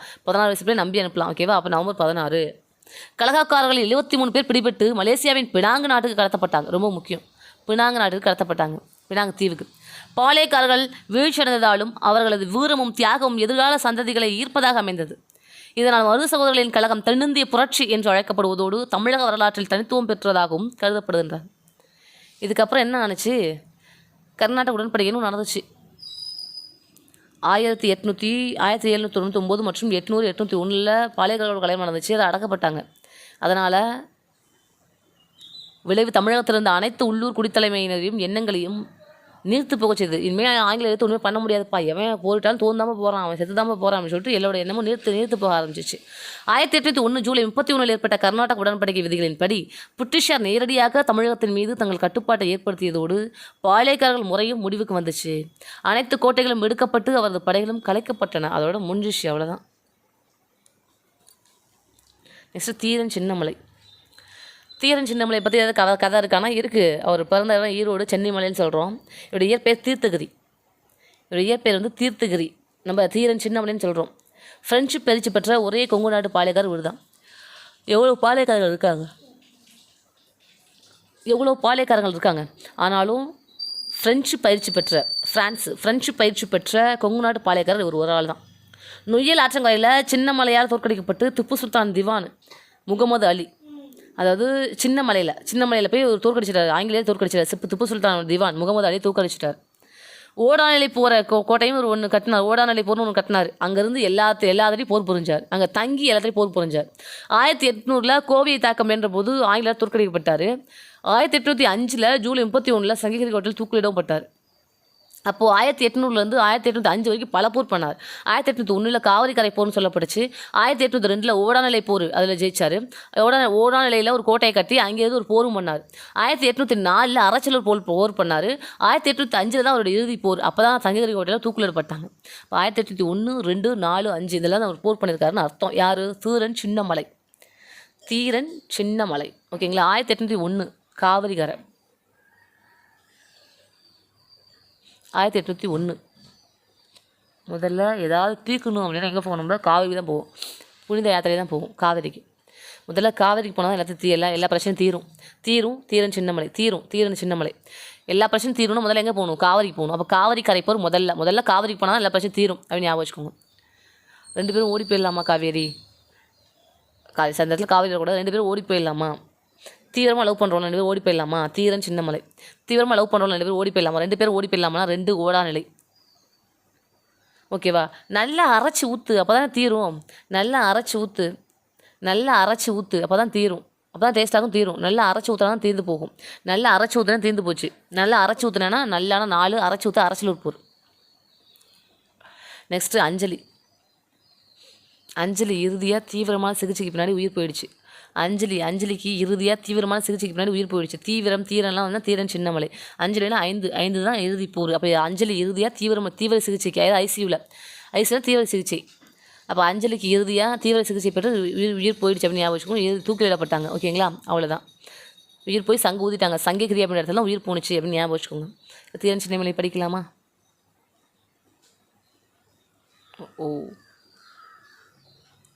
தீர்த்தகிரி என்னும் அழைக்கப்பட்ட தீரன் சின்னமலை. தீரன் 1756 பிறந்திருக்காரு. இவர் சிலம்பு, வில்வித்தை, குதிரை ஏற்றம் மட்டுமல்லாமல் நவீன போர் முறைகளையும் கற்றுத்தந்தார். கொங்கு பகுதியில் குடும்ப மற்றும் நிலப்பிரச்சனைகளுக்கு தீர்வு வழங்குவதோடு செயலில் ஈடுபட்டு வந்தார். அப்பகுதி மைசூர் சுல்தான் கட்டுப்பாட்டில் இருந்துச்சு இல்லையா? பின் திவான் முகமது அலி என்பவரால் வரி வசூலிக்கப்பட்டார். ஒரு முறை திவான் வரி வசூலிக்கப்பட்ட வரிப்பணத்தோடு மைசூருக்கு திரும்பி போகும்போது தீர்த்தகிரி அவரை வழிமறித்து வரிப்பணத்தையும் பிடுங்கிட்டு முகமது அலியுடன் சிவமலைக்கும் செங்கமலைக்கும் இடையே இருக்க சின்ன மலையே வரிப்பணத்தை பிடுங்கிக்கிட்டான் போய் சொல்லடா அவங்க சுல்தான் அப்படின்னு சொல்லிட்டாரு. அதற்கு பிறகு தீரன் சின்னமலை அதாவது வரிப்பணத்தை பிடுங்கிக்கிட்டு அவர் போர் புரிஞ்சு அவர் ஜெயிச்சும் காட்டிட்டு யார் வாங்கினான்னு கேட்டாங்கன்னா சிவமலைக்கும் சென்னிமலைக்கும் நடுவில் இருக்க சின்ன மலை அவர் போய் அவரை வச்சுக்கிட்டாரு. அவர் வாழ்ந்தது அவர் பிறந்த இடம் சென்னிமலை. சிவமலைக்கும் சென்னிமலைக்கும் நடுவில் இருக்க சின்ன மலை தான் வரிப்பணத்தை பிடிங்கிட்டான்னு போய் சொல்கிறா அப்படின்னு சொன்னதுனால அன்னையிலேருந்து தீரன் சின்னமலைன்னு அழைக்கப்படுறாரு. அப்புறம் அவமதிப்புக்குள்ளான திவான் சின்னமலையை தாக்க படை அனுப்பியிருக்காரு. இரு படைகளும் நொய்யல் ஆற்றில் மோதிக்கொண்டன. அதில் சின்னமலையே வெற்றி பெற்றார். துப்புவின் இறப்பிற்கு பிறகு ஒரு கோட்டையை எழுப்பிய தீரன் சின்னமலை அந்த இடத்தை விட்டு வெளியேறாமல் ஆங்கிலேயரை எதிர்த்து போராடினார். எனவே அவ்விடம் ஓடாநிலை எங்கேயும் ஓடல, அதே இடத்துல தங்கி தானே போரிடுறாரு, நின்று அடிச்சிருக்காருல, அதான் ஓடாநிலை என்று அழைக்கப்படுது. ஓடாநிலை இப்போ எப்போ 2 பேரும் ஓடி போயிடலாமா, தீவிரமாக லைவ் போனால் 2 பேரும் ஓடி போயிடுவாங்க. அதான் தீவிரமான தீரன் சின்னமலை 2 பேர்னா 1802 ஓடாநிலை. ஓகேங்களா. அடுத்து கொரில்லா போர் முறையை கையாண்டார். இறுதியாக அவர் சகோதரர்களையும் கைது செய்து ஆங்கிலேயர் அவர்களை சங்ககிரியில் சங்ககிரி 1805 இவர் 4 போர் பண்ணியிருப்பார். 1801 காவிரிகாரை போர், 1802 ஓடாநிலை போர், 1804 நல்லா அரைச்சி ஊற்றினா தீவிரமாக இருக்கும். அப்படின்னா தீவிரமாக இருக்கப்போ தீர சின்னமலைக்கு நல்லா அரைச்சி ஊற்று 1804 அரச்சலூர் போர். அஞ்சலி இறுதியாக தீவிர சிகிச்சை பண்ணி உயிர் போயிடுச்சு, சங்க ஊதிட்டாங்க. அப்போ அஞ்சலி எப்போனா 1805 தீவிர சிகிச்சை தீரன் சின்னமலை இறுதியாக ஓகேவா உயிர் போயிடுச்சு, சங்க ஊதிட்டாங்க. இறுதியான இறுதி போகிற தான் சங்ககிரி சங்க ஊதிட்டாங்க சங்ககிரி, அவ்வளோதான். நெக்ஸ்ட்டு வேலூர் புரட்சி. நெக்ஸ்ட் என்ன பார்க்க போகிறோம், வேலூர் புரட்சி பார்க்க போகிறோம். 1806 நடந்தது தான் வேலூர் புரட்சி அப்படின்றாங்க. வேலூர் கோட்டை ஃபஸ்ட்டு வேலூர் புரட்சி எங்கே நடந்துச்சு, வேலூர் கோட்டை யார் கட்டினாங்க, பத்ராச்சலத்து பொம்மி செட்டியார். வேலூர் கோட்டை கட்டினது பத்ராச்சலத்து பொம்மி செட்டியார். பத்திரமா பொம்பளை பிள்ளை வேலைக்கு போயிட்டு வரணும். ஓகேங்களா. பத்திரமான பத்ராச்சலத்து, பொம்பளை பிள்ளைனா பொம்மி செட்டியார், வேலைக்கு போயிட்டு வரணும். வேலூர் கோட்டையை வந்து கட்டினவர் அப்படின்னு அர்த்தம். ஆங்கிலேயரோட ஆட்சியை அகற்றுறது தான் அந்த புரட்சியோட முக்கிய நோக்கமாக இருந்துச்சு. அப்படி என்னங்க அவங்க மேலே கோவம் அப்படின்னா, இதுக்கு முன்னாடி நம்ம இந்த பாடத்தில் ஃபஸ்ட்டு ஸ்டார்டிங்லேயே பார்த்துட்டே இருக்கும், போர்னு சொல்லிட்டு பூலித்தேவனோட போர் நடந்துச்சு, ஆங்கிலேயருக்கு பூலித்தேவனுக்கும் அவரும் அதான் பண்ணார். திருப்பி கட்டபொம்மனோட போர் நடந்துச்சு, அதை நம்ம என்னென்னு சொல்கிறோம், பாளையக்காரர்கள் புரட்சின்னு சொல்கிறோம். நெக்ஸ்ட் 2ஆம் பாளையக்காரர் புரட்சின்னு சொல்லிட்டு நம்ம மருது சகோதரோட சொல்கிறோம். மருது சகோதரோட புரட்சியை நம்ம தென்னிந்திய புரட்சி அப்படின்னு சொல்லப்படுது. இதெல்லாம் நடந்ததுக்கு அப்புறமா லாஸ்ட்டில் என்ன ஆனிச்சு, ஃபஸ்ட்டு 1801 கர்நாடக ஒப்பந்தம் ஒன்று போட்டு எல்லாத்துக்கும் ஓகே ஆர்காட் நம்ம நம்பிக்கை இல்லைப்பா, எல்லாத்தையும் கொடுத்துருங்க, ஒழுங்கு மாதிரி எனக்கு கப்பம் கட்டுக்கன்னு சொல்லிட்டு பிரிட்டிஷ்காரன் ரொம்ப ஹார்ஷாக பேசிட்டாங்க. இது மட்டுமா அப்படின்னா ஆங்கிலேயர்கிட்ட தான் நம்ம இந்தியாவில் இருக்கிறவங்களும் பணிபுரியிறாங்க. அவங்களுக்கு உயர்வே கொடுக்கறது இல்லை, அவங்களுக்கு எக்ஸ்ட்ரா பணி அமர்த்துறதும் இல்லை, எக்ஸ்ட்ரா மணியும் கொடுக்கறது இல்லை. இப்போ வந்து ஜாயின் பண்ணுற ஆங்கிலேயர்கள்லாம் 4-3 மாதத்தில் இம்ப்ரூவ்மெண்ட் ஆகிட்டு டெவலப் ஆகிட்டு சூப்பராக மேல் அதிகாரி ஆகிடுறாங்க. ஆனால் இந்தியர்கள் உள்ளே போனாங்கன்னா அவங்க மேலதிகாரி ஆகிறதுக்கு வாய்ப்பே இல்லை. என்ன போகிறாங்களோ அதே மாதிரி தான் சுபேதான ஒரு சின்ன பதவியிலேயே அப்படியே ரிட்டையர்மெண்ட்டும் ஆகிறாங்க. அந்தளவுக்கு தான் அவங்களால முன்னேற முடியுது. இந்த கோவம்லாம் அவங்களுக்கு இருந்துச்சு. இந்த கடுப்பில் தான் வேலை பார்த்துட்டு இருந்தாங்க. திடீர்னு என்ன பண்ணிட்டாங்க, ஜான் கிராடாக் அப்படின்றவர் ஒரு இராணுவ சீர்திருத்தம் பண்ணுறாரு. என்னப்பா அப்படி சீர்திருத்தம் அப்படின்னா கண்டிஷன் போடுறாரு. இங்கே பாருங்கள், தாடி வச்சுட்டு வரக்கூடாது, மீசையை மழிச்சிட்டுலாம் வந்துடணும் அப்படின்றாரு. ஆனால் தாடி இல்லாமல் சீக்கிரத்தில் இருக்க முடியாது, அவங்களோட மத விஷயம் அதெல்லாம். முஸ்லீம்களும் அப்படி தான், அதெல்லாம் அவங்க மத விஷயம். அதே மாதிரி நம்மளும் மீசையெல்லாம் மழிக்க மாட்டோம், இதெல்லாம் நமக்கான விஷயம். இதில் அவங்க மதத்தில் கை வைக்கிற மாதிரி இருந்துச்சு. அதனால் நமக்கு அது ரொம்ப ஓவர் கடுப்பானுச்சு. தலைமை இராணுவ தளபதி தான் ஜான் கிராடாக். அவர் என்ன பண்ணால் இராணுவ சீர்திருத்தம் பண்ணார். இது ரொம்ப முக்கியமான விஷயம். எதெல்லாம் முதல்ல முக்கிய காரணமாக இருந்துச்சு அப்படின்னா இந்த இராணுவ சீர்திருத்தம் தான் தளபதி நம்மள்ட்ட இங்கேருந்து வேலை பார்க்குற இந்தியாவிலேருந்து வேலை பார்க்குறவங்களுக்கு வந்து ரொம்ப கோவத்தை உண்டு பண்ணுச்சு. அதே மாதிரி தளபதி அக்னியும் என்ன பண்ணார்னா இதுக்கெல்லாம் ரொம்ப எக்ஸ்ட்ராவாக போய்ட்டு ஒரு புதிய வகை தலைப்பாயை அறிமுகப்படுத்தினார். இதெல்லாம் ஒரு விஷயமா, தலைப்பாகலாம் ஒரு விஷயமான விஷயம் இதுக்குள்ளே தான் இருக்குது. இதை எதிர்த்து தான் சிப்பாய்கள் வெளிப்படையாக புரட்சியில் ஈடுபட்டாங்க. கோவத்தோட உச்சகட்டமாக அங்கே தான் போனாங்க. இந்த படத்தில் பாருங்கள், ஜோதிகா கோலம் போட்டே இருப்பா, கண்மணி அன்போடு காதலன் நான் எழுதும் கடிதமே அப்படிங்கும் போது அவள் கோவம் புள்ளி வச்சுட்டு இருப்பா. போதும் நிறுத்திடு அப்படிங்கும் போது விளக்கு மாற்ற எடுப்பா, ரெடி ஸ்டார்ட் அப்படிங்கும் போது போட்டு அடிப்பாள் அவனை. அதே மாதிரி தான். அது என்ன படம் தெரியுதா, ஒட்டியான செஞ்சுத்தானே வாரியான்னு சொல்லிட்டு பாட்டில் வரும், ஞாபகம் அது என்ன படம்னு எனக்கும் அந்த படத்தில் வரும். அதே மாதிரி இவங்களே ஏற்கனவே கோவத்தில் இருக்காங்க. கோவத்தோட உச்சத்துக்கு போகிற மாதிரி அக்னியும் என்ன பண்ணார்னா புதிய வகை தலைப்பாகைன்னு அறிமுகப்படுத்துறாரு. அந்த தலைப்பாகையில் விலங்கு தோளால் செய்யப்பட்ட லட்சணம் இருக்குது. ஓகேங்களா. விலங்கு நமக்குமே முஸ்லீம்களுக்கு எந்த அளவுக்கு பன்றி அப்படின்றது ஒரு அலர்ஜியான ஒரு விஷயமோ, அதே மாதிரி பசு அப்படின்றது நமக்கு ஒரு தெய்வீகமான ஒரு விஷயம். அதனால் இந்துக்கள் அதை எதிர்க்கிறாங்க, முஸ்லீம்கள் இதை எதிர்க்கிறாங்க. அப்போ 2 பேத்துக்குமே பிடிக்கல இந்த இலச்சினை. ஓகேங்களா. விலங்கு தோல் செய்யப்பட்ட இந்த இலச்சினை அவங்க பிடிக்கவே இல்லை அப்படின்றாங்க. ஃபஸ்ட்டு இந்த புரட்சிக்கு காரணமானது யாரோட ராணுவ சீர்திருத்தம் கேட்டாங்கன்னா ஜான் கிராடக். அவன் சார் கிராக்கு சார் அப்படின்னு ஞாபகம் வச்சுக்கோங்க. கிராக்கு மாதிரி சீர்திருத்தம் பண்ணி வச்சுருக்காங்க. அவன் போர் விடாமல் என்ன பண்ணும், கிராக்கு மாதிரி அப்படின்னா கிராடக்கு சீர்திருத்தம் பண்ணி வச்சுருக்காங்க. ராணுவ சீர்திருத்தம் யாரோட தலைப்பாக இது பிரச்சனை, எது வந்து வெடிக்கிறதுக்கு புரட்சி வெடிக்கிறதுக்கு என்ன காரணமாக இருந்துச்சுன்னா தலைப்பாகை. அது யார் கொண்டு வந்தாங்கன்னா அக்னி, குழம்பிடக்கூடாது. தலைப்பாகை எடுத்து அக்னிக்குள்ளே போட்டுரு, தலைப்பாகை எடுத்து அக்னியில் போட்டு, ஏதாவது ஒன்றா கோவத்தை நம்ம எரிச்சிருவோம்ல, அந்த தலைப்பாகை எடுத்து அக்னியில் போட்டுரு அப்படின்னு ஞாபகம் வச்சுக்கோங்க. ஓகேங்களா. நெக்ஸ்ட்டு மேம் இந்த வேலூர் புரட்சி 1806 நான் மறந்துடுறேங்க அப்படின்ற மாதிரி மடிலுக்கு கொண்டே நான் மறந்துடுறேங்க அப்படின்னா அருமையாக படித்தா தான் வேலைக்கு போக முடியும். கரெக்டாக வேலூர் புரட்சினா வேலைன்னு பார்ப்போம். அருமையாக படித்தா தான் வேலைக்கு போக முடியும். 1806 ஓகேங்களா. அருமையாக படித்தா தான் ஓகேவா, அருமையாக படித்தா தான் வேலைக்கு போக முடியும். கரெக்டு தானே அப்படின்னா ஆமாம், படித்தா தான். பட்டை ஹைதர் அப்படின்னு சொல்லுவோம் நம்ம. அருமையாக படித்தா தான். ஏன்னா பட்டை ஹைதர் தான் தூண்டி விட்டார் இதை. முதலாக தலைப்பாகை எதிர்த்து படையில் ஈடுபட்டவங்க யாருன்னா 4ஆம் படைப்பிரிவோட 2ஆம் பட்டாளன்னு சொல்லப்படுது. இந்த அளவுக்கு நீங்கள் ரொம்ப டெப்த்தாக போகணும்னு அவசியம் இல்லை. பட் ஆனால் வேலூர் புரட்சி அப்படின்றது, வேலூர் புரட்சினாவே எந்த ஆண்டு ஆரம்பிச்சது, யார் தோன்றுனாங்க, என்ன பிரச்சனை, ராணுவ சீர்திருத்தம் யார் பண்ணாங்க, தலைப்பாகை என்ன கொண்டு வந்தாங்க, தலைப்பாகை என்ன இருந்துச்சு, விலங்கோட லட்சணம் இருந்துச்சு, இதெல்லாம் கண்டிப்பாக உங்களுக்கு தெரிஞ்சிருக்கணும். ஓகேங்களா. இதில் நிறைய டிராபேக் இருக்குது. இந்த திட்டத்தோட, இந்த புரட்சியோட திட்டத்தை முன்கூட்டியே ஆங்கிலத்துக்கு தெரிவிச்சிட்டார் ஒருத்தர், முஸ்தபா பிக் அப்படின்றவர். ஓகேங்க. அந்த முஸ்தபாத்தில் தாங்க முடியல. இதுக்குமே நம்ம ஷாங்கர் தான் போடுவோம். முஸ்தபா போட்டு கொடுக்குற முஸ்தபா. நம்ம வீட்டில் கிண்டல் பண்ணிட்டு இருப்போம்ல, அது மாதிரி ஞாபகம் வச்சுக்கோங்க. முஸ்தபா போட்டு கொடுக்குற முஸ்தபா போட்டு கொடுத்துட்டாராமா இவர். வேலூர் கழகத்தை பற்றி, வேலூர் புரட்சியை பற்றி நம்ம என்ன பண்ணிட்டு இருக்கோம், என்ன பிளான் பண்ணுறோன்றத முன்கூட்டி வந்து போட்டுவிட்டார். நம்மக்கிட்டே ஒரு ப்ரீ பிளான் அது இல்லை கரெக்டாக. ஏன்னா நம்ம சொன்ன டேட் வேறு, நடந்த டேட் வேறு. அதுக்கு முன்னாடி நம்ம உள்ளே இறங்கிட்டோம். ஏன்னா ஜூன் 9ஆம் தேதி அப்படின்றது கல்யாணமாக இருந்துச்சு. யாரோட கல்யாணம், திப்பு சுல்தான் வீட்டில் கல்யாணம் ஜூன் 9ஆம் தேதி. உடனே அன்றைக்கி நைட்டில் கூடின எல்லாருமே சரி ஓகே நாளைக்கு இதெல்லாம் பண்ணி முடிச்சலாம்னு சொல்லிட்டு ஜூன் 10ஆம் தேதியே இந்த கழகத்தை ஆரம்பிச்சிருவாங்க. இதுதான் மிகப்பெரிய டிராபேக் நம்மக்கிட்ட. ஏன்னா முன்கூட்டியே அந்த திட்டம் நம்மக்கிட்டே ஒரு ப்ரீ பிளான் இல்லை. ஆனால் இதை பற்றி எங்கே கசிஞ்சிருக்கு, முஸ்தபா பெக் அப்படின்றவர் பிரிட்டிஷ்காரமே சொல்லி வச்சுட்டாங்க. அப்போ 1806 ஜூலை 9 திப்பு சுல்தானோட மகள் திருமணத்துக்காக எல்லாம் வேலூரில் கூடியிருக்காங்க. சிப்பாய்கள் எல்லாமே கூடியிருக்காங்க. திடீர்னு நம்ம பிளான் போட்டு ஜூலை 10 வேலூர் கோட்டை கைப்பற்றணும்னு நினச்சிட்டோம். கைப்பற்றிட்டோம். அப்பயும் முதல் மற்றும் 23ஆம் படைப்பிரிவு தான் இந்த புரட்சியில் ஈடுபட்டாங்க. அது ரொம்ப ரொம்ப முக்கியம்.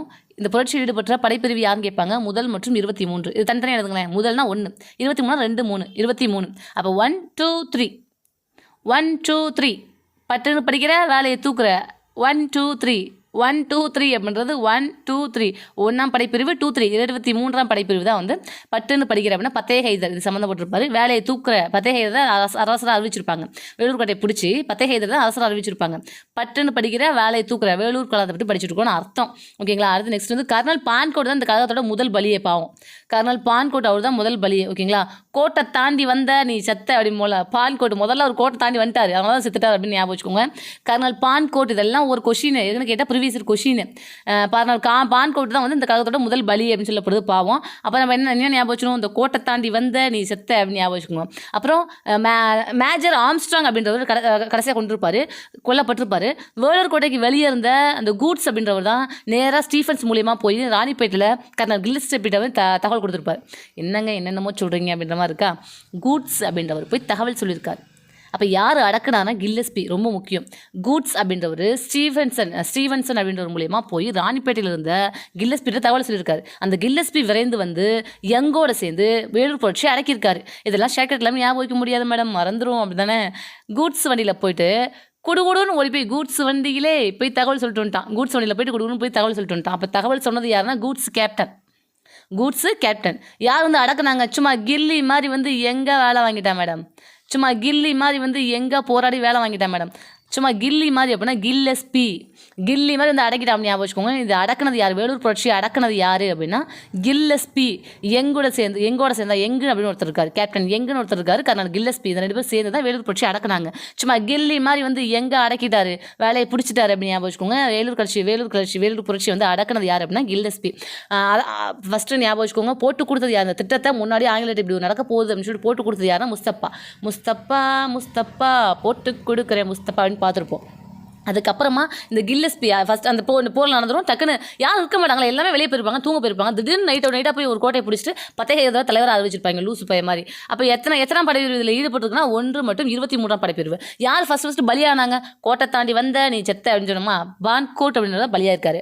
அதுக்கப்புறம் நெக்ஸ்ட் என்ன நடந்துச்சு, இந்த விஷயத்தெல்லாம் ஓடி போய் ஒரு தகவல் சொல்லியிருக்காரு பிரிட்டிஷ்காரன்ட்ட. யார்? அவர் பிரிட்டிஷ் வேலை பார்க்குறது தான்.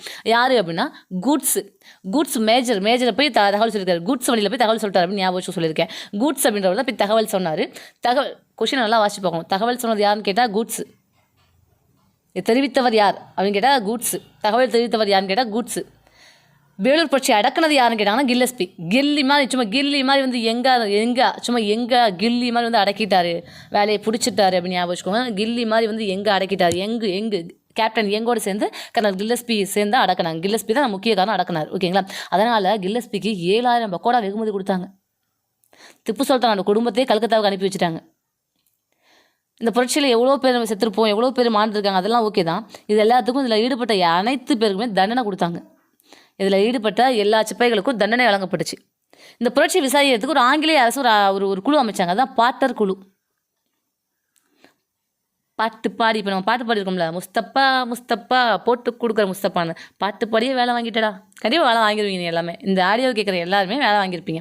ஏன்னா இந்த வீடியோவோட கடைசி எண்டுக்கு வந்திருக்கும். இது வரைக்கும் நீங்கள் பொறுமையாக கேட்டுட்ருக்கீங்க, எல்லாத்தையும் காதில் வாங்கிட்டு இருக்கீங்கனாவே யூ கெட் த ஜாப் தான். ஓகேவா? கன்ஃபார்ம். அதனால் பாட்டு பாடியே வேலை வாங்கிட்டேன் மச்சான். அப்போ பாட்டு பாடி அப்படின்னா பாட்டர் குழு வேலை வாங்கிட்டேன்னா வேலூர் கழகத்துக்கு, வேலூர் புரட்சிக்காக 1806 வேலூர் புரட்சி நடந்துச்சு இல்லையா, அதுக்காக போடப்பட்ட குழு எது அப்படின்னா பாட்டர் குழு. பாட்டு பாடியே வேலை வாங்கிட்டடா அப்படின்னு ஞாபகம் வச்சுக்கோங்க. புரட்சிக்கு முறையான தலைமையின்மை, சுதேசாசரோட ஆதரவின்மை, அப்புறம் திட்டமிடாமை, இதெல்லாம் அந்த புரட்சி தோந்து போகிறதுக்கான காரணம். இதுக்கப்புறமா எதனால தாண்டா அந்த பிரச்சனை வந்துச்சுன்னு யோசிச்சு பார்க்கும்போது தான் தெரிய வந்துச்சு, இந்த கேவலமான இராணுவ சீர்திருத்தம் தான். அதனால் இராணுவ சீர்திருத்தத்தை திரும்பி வாங்கிக்கிட்டாங்க. இது எதுக்கு முன்னோடினா 1857 பின் நாட்களில் பெரும் கழகம் ஒன்று வந்துச்சு பார்த்தீங்களா. 1857 பெரும் கழகம், பெரும் சிப்பாய் கழகம், பெரும் புரட்சின்னு சொல்லப்படுது இல்லையா, அதுக்காக இது முன்னோடி. அதுக்கானது இது முன்னோடின்றார். யார்? வி.டி. சாவர்கர் சொல்கிறார். அதே வி.டி. சாவர்கர் தான் 1857 சிப்பாய் கழகத்தை முதல் இந்திய சுதந்திர போர்னு சொல்கிறாரு. அதுக்கு முன்னோடியாக இந்த வேலூர் கழகத்தை பார்க்குறாரு. இந்திய விடுதலைக்கு தமிழர்களே முன்னோடின்னு சொன்னது யாருன்னா என் சஞ்சீவி மூலிகைக்காக தானே அனுமன் வந்து அந்த மலையை எடுத்துகிட்டு போவார். அப்போ அந்த சஞ்சீவி மூலிகை தான் தமிழரோட முன்னோடியே சஞ்சீவி தான். இந்திய விடுதலைக்கு தமிழர்கள் தான் முன்னோடினா சஞ்சீவி அப்படின்னு ஞாபகம் வச்சுக்கோங்க. மருது சகோதரர் தான் போராட்டத்தின் தொடர்ச்சி தான். மருது சகோதரர் வந்து ஒரு போராட்டம் பண்ணியிருப்பாங்க இல்லையா, பிரகடனம்லாம் ஒட்டியிருப்பாங்க இல்லையா, பெரும் விஷயம் பண்ணியிருப்பாங்க இல்லையா, அவர் தூக்கில் போட்டாலுமே அதோட தொடர்ச்சி தான் அந்த வேலூர் கழகமாக வேலூர் புரட்சியாக வந்து முடிஞ்சிருக்கு அப்படின்னு சொன்னது ராசையன். ஓகேவா? இதே ராசையன் தான் என்ன பண்ணியிருப்பார், மருது சகோதரோட புரட்சியை தென்னிந்திய புரட்சின்னு சொல்லியிருப்பார். மருது பாண்டியரோட புரட்சியை தென்னிந்திய புரட்சின்னு சொல்லியிருப்பார். பட் பிரிட்டிஷ்காரன் என்ன சொல்லியிருப்பான், இது 2வது பாளையக்காரர் கழிச்சுப்பா, இது ஒரு பாளையக்காரன் புரட்சி பண்ணுறான் அவ்வளோதான், அதனால் 2வது பாளையக்காரர் புரட்சின்னு சொல்லியிருப்பாங்க. பட் ராசையன் மட்டும் இல்லை, இது தென்னிந்திய புரட்சி, தென்னிந்திய கூட்டமைப்புலாம் சொல்லியிருப்பார். ஓகேங்களா? இதுதான் அந்த கதை. ஓகேவா? ஃபஸ்ட்டு என்ன பார்த்தோம், வேலூர் புரட்சின்னு பார்த்தோம், 1806 பார்த்தோம். அருமையாக படித்தா தான் வேலை வாங்க முடியும்னு பார்த்தோம். ஓகேங்களா? நெக்ஸ்ட் பாருங்கள். இதெல்லாம் ஜஸ்ட் உங்களுக்கு ஒரு இமேஜினேஷனாக இருக்கட்டுங்கிறதுனால ஒரு பிக்சர் போட்டுவிட்டேன். எல்லாம் போட்டு இந்த கோட்டை தான். இதுதான் நீங்கள் வேலூர் புரட்சி நடந்ததுக்கான கோட்டை. இந்த கோட்டையில் தான் திடீர்னு நைட்டாக எல்லாத்தையும் கொண்டுட்டு, ஏன்னா வெளியே போக முடியாது எல்லாமே, அப்போ எல்லாத்தையும் கொண்டுட்டு நைட்டாக போயிட்டு கோட்டையை பிடிச்சிட்டு மறுநாள் விடிஞ்சு விடியங்காட்டியுமே பத்தேகை தலைவர் அறிவிக்கப்பட்டார். அப்புறம் வந்தோன்னே பிடிச்சி இந்த கோட்டையை அடைச்சிட்டாங்க, அவ்வளோதான். இதுதான் வேலூர் கோட்டை. ஓகேவா? இப்போ புக்கில் அப்படி என்ன தான் கொடுத்துருக்காங்க அப்படின்னு பார்க்க போகிறோம். இது வரைக்கும் நான் கதை சொன்னதை கேட்டுட்டு இருந்தீங்க. வேலூர் புரட்சி 1806 என்ன டக்குன்னு சொல்லணும். இப்போ அருமையாக படித்தா தான் வேலை வாங்க முடியும். தென் தமிழகத்தின் பாளையக்காரர்கள் அனைவரும் ஒடுக்குவதற்கு முன்பாகவே கிழக்கிந்திய கம்பெனி 1792 திப்புவோடு ஏற்பட்ட போரின் முடிவில் சேலம் மற்றும் திண்டுக்கல் வருவாய் மாவட்டங்களை பெற்றுக்கொண்டது. 1799 யார் செத்தாங்க? கட்டபொம்மன். என்ன டேட்டு? டக்குன்னு கீழே கமெண்ட் பண்ணுங்கள். கட்டபொம்மன் என்ன டேட்டில் செத்து போனார்?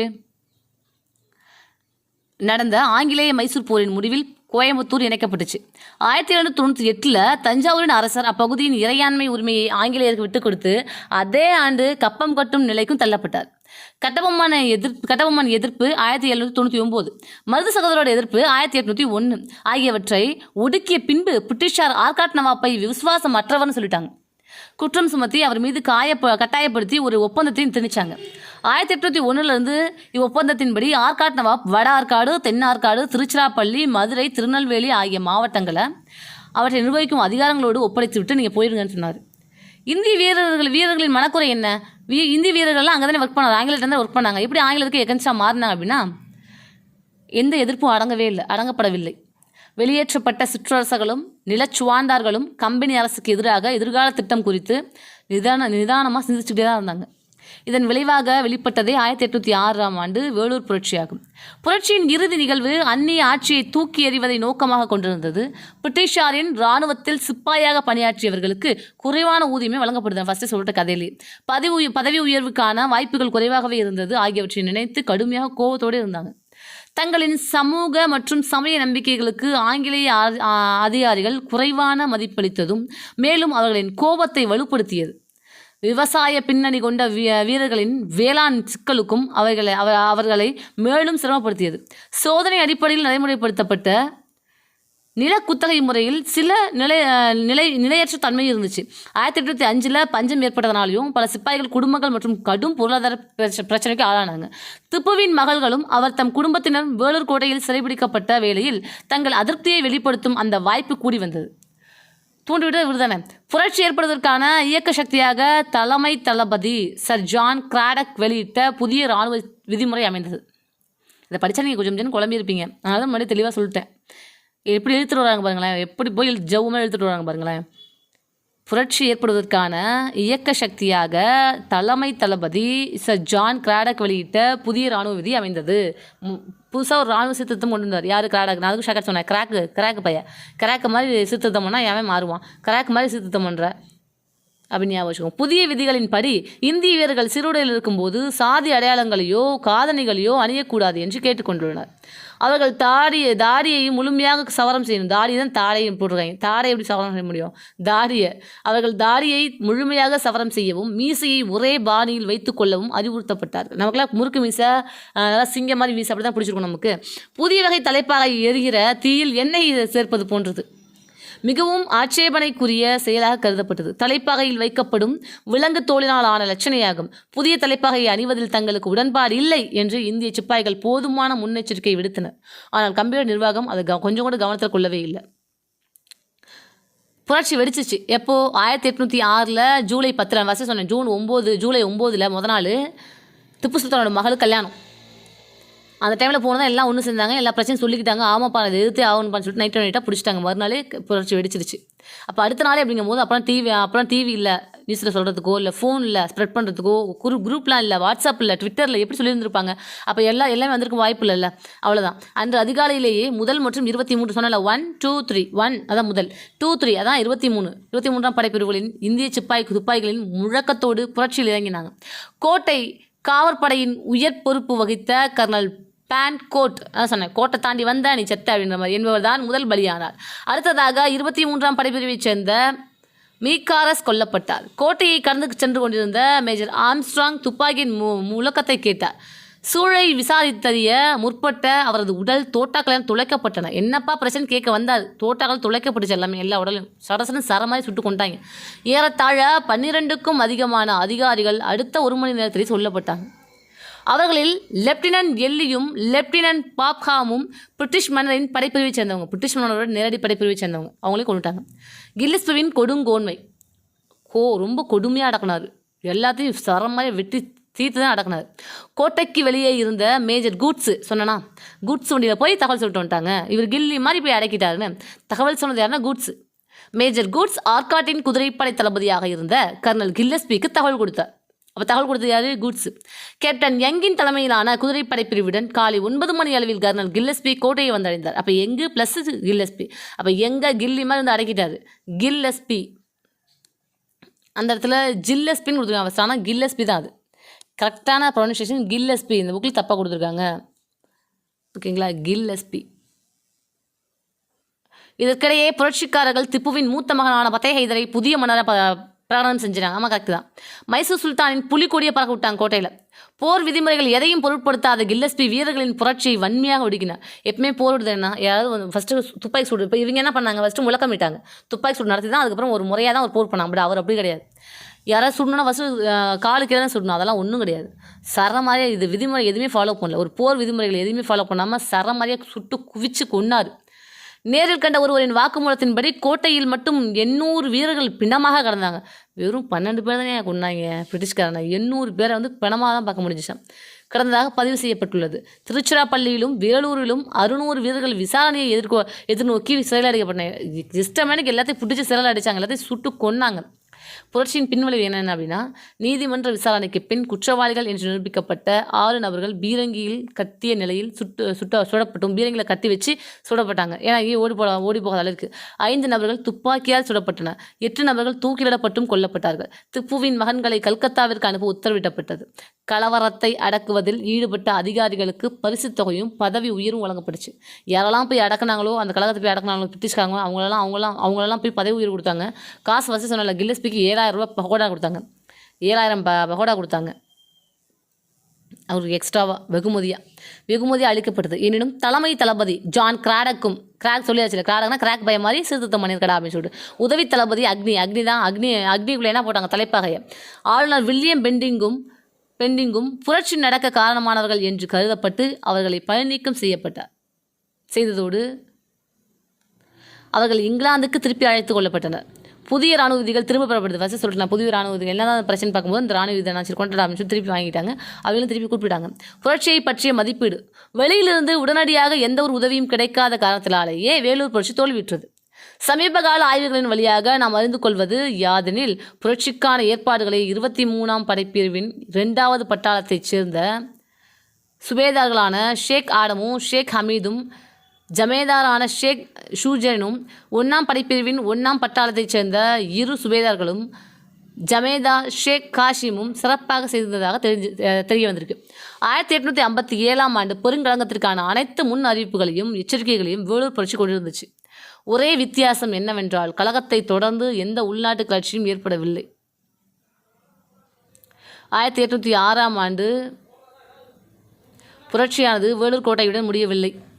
பெல்லாரி, வாலஜாபாத், ஹைதராபாத், பெங்களூரு, நந்திதுர்கம், சங்கதி துர்கம் ஆகிய இடங்களில் அது எதிரொலிச்சுன்றாங்க. எதிரொலிச்சு ஒரு பிரோஜனம் இல்லை, இங்கேயே அடக்கின மாதிரி அங்கேயே அடக்கிட்டாங்க, அவ்வளோதான். பாடச்சுருக்கம் பாருங்கள். தமிழ்நாட்டில் உள்ள முக்கியமான பாளையக்காரர்களை பற்றியும் அவர்கள் கிழக்கிந்திய கம்பெனியின் அதிகாரத்தை எதிர்த்து நின்று ஆற்றிய தீரச் செயல்கள் பற்றியும் விவரிச்சாங்க. பூலித்தேவர், வேலு நாச்சியார், வீரபாண்டிய கட்டபொம்மன் ஆகியோரை தொடர்ந்து சிவகங்கையின் மருது சகோதரர்கள் மற்றும் சீரன் சின்னமலை ஆகிய பிரிட்டிஷாருக்கு எதிராக தொடுத்த போர்கள் மற்றும் பிரச்சனைகள் பற்றியும் விவரமாக நம்ம பார்த்துருக்கோம். இப்போ வேலூர் புரட்சிக்கான காரணங்கள் என்ன, அது கில்லஸ்பியால் எவ்வாறு இறக்கமின்றி ஒடுக்கப்பட்டது அப்படின்ற தகவலையும் நம்ம பார்த்தோம். அவ்வளவுதான். கிளாஸ் ஒழுங்காக புரிஞ்சிச்சுன்னா கீழே இருக்க புக் பேக்கு கமெண்ட் பண்ணுங்கள். கிழக்கிந்திய கம்பெனியின் நாடு பிடிக்கும் ஆசையை எதிர்த்து நின்ற முதல் பாளையக்காரர்கள் யார் அப்படின்னு கேட்குறாங்க. முதல்ல ஆங்கிலம் எதிர்த்து நின்ற முதல் சிம்பிளாக யோசிங்க. ஆங்கிலம் எதிர்த்த முதல் பாளையக்காரர் யார்? பூலித்தேவர் தான். சந்தா சாஹிப்பின் 3 முகவர்களோடு நெருங்கிய நட்பினை ஏற்படுத்தி கொண்டவர் யார் அப்படின்னு கேட்குறாங்க. சந்தா சாஹிப். நெக்ஸ்ட் என்ன பார்த்தோம்? சந்தா சாஹிப்பின் 3 முகவர்களோடு யார்? நம்ம முன்னாடி பார்த்தோம்ல, பூலித்தேவருக்கு ஆதரவளித்த ஒரே ஆற்காட்டு நவாப்பு யார் அப்படின்னா சந்தா சாஹிப் தான். அவரோட பத்தானி முகவர்கள்லாம் யார் அப்படின்னா தான் மியானா, அந்த முடிமையா, நவீன் பட்நாக் அப்படின்னு பார்த்தோம். ஓகேங்களா? இதில் என்ன மேட்ருனா, சந்தில் உட்காந்து புளிசோறு சாப்பிடு தான் சாக்கெட் பார்த்துருப்போம். சந்தில் உட்காந்து புளிசோறு சாப்பிடு. அப்போ பூலித்தேவருக்கு தான் ஃப்ரெண்டு தோஸ்தி யாருன்னா சந்தா சாஹிப். ஓகேங்களா? சந்தில் உட்காந்து புளிசோறு சாப்பிடு அப்படின்றத சாக்கெட். நெக்ஸ்ட் சிவசுப்ரமணியம் பிள்ளை எங்கே தூக்கிலிடப்பட்டார்? ஐயோ, சிவநாகம் சிவநாகம் அப்படின்னு பார்த்தோம் இல்லையா? எந்த டேட்டு? சிவா செருப்பால் அடித்தா நாகம் கூட பேயா மாறிடும் அப்படின்னு பார்த்தோம். சிவநாகம் பேயா மாறிடும். செருப்பால் அடித்தா சிவநாகம் பேயா மாறிடும் அப்படின்னு பார்த்தோம். சிவநாகம் சிவசுப்ரமணியம் பிள்ளை நாகலாபுரத்தில் பேயா மாறிடும். பேனாவே 13 நம்பர் வீடு தான். செருப்பால் அடித்த செப்பல் அப்படின்னாவே செப்டம்பர் 13 தூக்கு போட்டிருப்பாங்கன்னு அர்த்தம். ஓகேங்களா? நெக்ஸ்ட் பாருங்கள். திருச்சிராப்பள்ளி சுதந்திர பிரகடனம் யார் வெளியிட்டாங்க? மருது சகோதரர். ஓகேங்களா? மருது சகோதரர். நெக்ஸ்ட் பாருங்கள். வேலூர் புரட்சி எப்போது? அருமையாக படித்தா வேலை கிடைக்க போகுது. இதான் பார்த்தோம். அருமையாக படித்தா வேலை கிடைக்க போகுது. ஜாலியாக அருமையாக படிக்கணும், அப்போ தான் வேலை கிடைக்கும். அப்போ ஜூலை 1806. ஓகேங்களா? ஜூலை 6. அருமையாக படித்தனா 6. அப்போ சி ஆன்சர். வேலூர் கோட்டையில் புதிய ராணுவ விதிகளை அறிமுகப்படுத்தினது காரணமான தளபதியான்னு கேட்குறாங்க. ராணுவ விதிமுறைகள், ராணுவ சீர்திருத்தம் என்னடா கிராக் மாதிரி போட்டு வச்சிருக்க அப்படின்னு பார்த்தோம் இல்லையா? அப்போ கிராடக்கு. ஓகேங்களா? C answer. வேலூர் புரட்சிக்கு பின் திப்பு சுல்தான் மகன்கள் எங்கே அனுப்பப்பட்டாங்க? துப்பு கல்லுலேயே காரி துப்பு அப்படின்னு சொல்லுவோம் இல்லையா? அதுதான் ஷார்ட்கட்டு. கல்லுலேயே காரி துப்பு அப்படின்னா திப்பு சுல்தானோட குடும்பத்தை கல்லை கட்டி தூக்கிட்டு போயிட்டாங்க. கல்லை கட்டி தூக்கிட்டு போயிட்டாங்க அப்படின்னு ஞாபகம் வச்சுக்கோங்க. ஓகேங்களா? துப்புனா திப்பு சுல்தான், அதுதான் திப்பு துப்புன்னு சொன்னேன். நெக்ஸ்ட் பாருங்க, கோயிலிடங்கள். பாளையக்காரர்கள் முறை தமிழகத்தில் டாஸ் என்ற ஒரு அறிமுகப்படுத்தப்படுச்சு. யாரால ஃபஸ்ட்டு வந்தது? கக்காத்திய பேரரசாங்கத்தில் வாரங்கள் பகுதியை சேர்ந்தவங்க தான் கக்காத்திய பேரரசாங்கம் தான் உருவாக்குறாங்க. பட் 1529 விஸ்வநாத நாயக்கர் தான் வந்து உருவாக்குனாரு பாளையங்களை. விசுவாசமாக இருந்தால் பால் ஊற்றிடுவாங்க அப்படின்னு ஞாபகம் வச்சுக்கணும். விசுவாசமாக இருந்தால் பால் ஊற்றிடுவாங்க. விஸ்வநாத நாயக்கர் தான் வந்து உருவாக்கியிருப்பார், அறிமுகப்படுத்தியிருப்பார். நெக்ஸ்ட் பாருங்க, வேலுநாச்சியாரும் அவரது மகளும் 8 ஆண்டு காலமாக யார் இருந்தாங்க?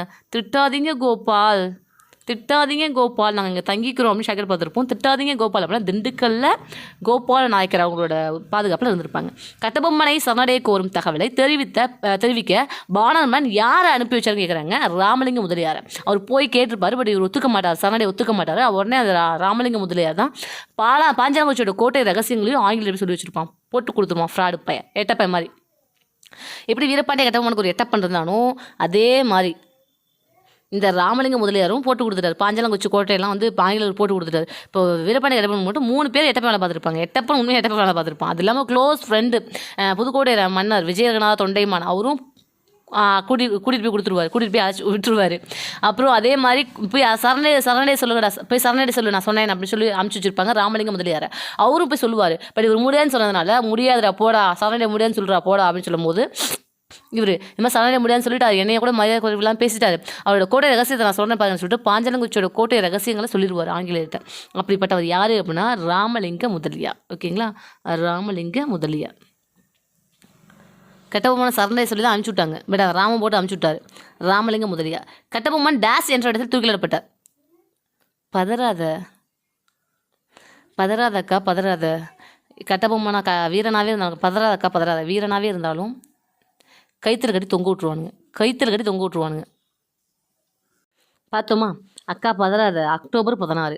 அக்கா பதறாதக்கா, வீரனாகவே இருந்தாலும் கைத்தில் கட்டி தொங்க விட்ருவானுங்க. அக்கா பதறாத, இவன் கிண்டல் பண்ணால் வீரனாகவே இருந்தாலும் சரி கைத்தில் கட்டி தொங்க விட்ருவானுங்க.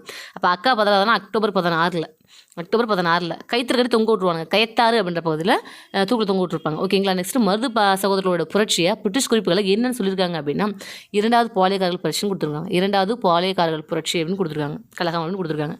டேஸ் என்பவர் புரட்சிகளால் வேலூர் கோட்டையின் புதிய சுல்தானாக அறிவிக்கப்பட்டார். டேஸ் என்பவர் புரட்சிக்காரர்களால் வேலூர் கோட்டையோட புதிய சுல்தான் யார்? பத்தே ஹைதர். பட்டுன்னு படிக்கிறோம், வேலையை பிடிக்கிறோம். பத்தே ஹைதர், பட்டுன்னு படிக்கிறோம், வேலையை பிடிக்கிறோம். வேலூர் கோட்டைக்காக ஒரு குழு அமைச்சிருப்பாங்க. அது என்னது? பாட்டு படியே வேலை வாங்கிட்ட பாட்டார் குழு, பார்த்துருப்போம்ல, அதான். ஓகே, இதோட முடிவடைந்து விட்டது. இந்த புக் பேக்கெலாம் கீழே நீங்கள் தனியாக ஆன்சர் பண்ணியிருக்கணும். நம்மளோட ஸ்டூடெண்ட் எல்லாருமே இதை ஃபுல்லாக பார்த்துட்டு வாய்ஸ் நோட் ஒவ்வொருத்தரும் தனித்தனியாக வாய்ஸ் நோட் பண்ணியிருந்துருக்கணும். புரியுதா? Thank you, all the best.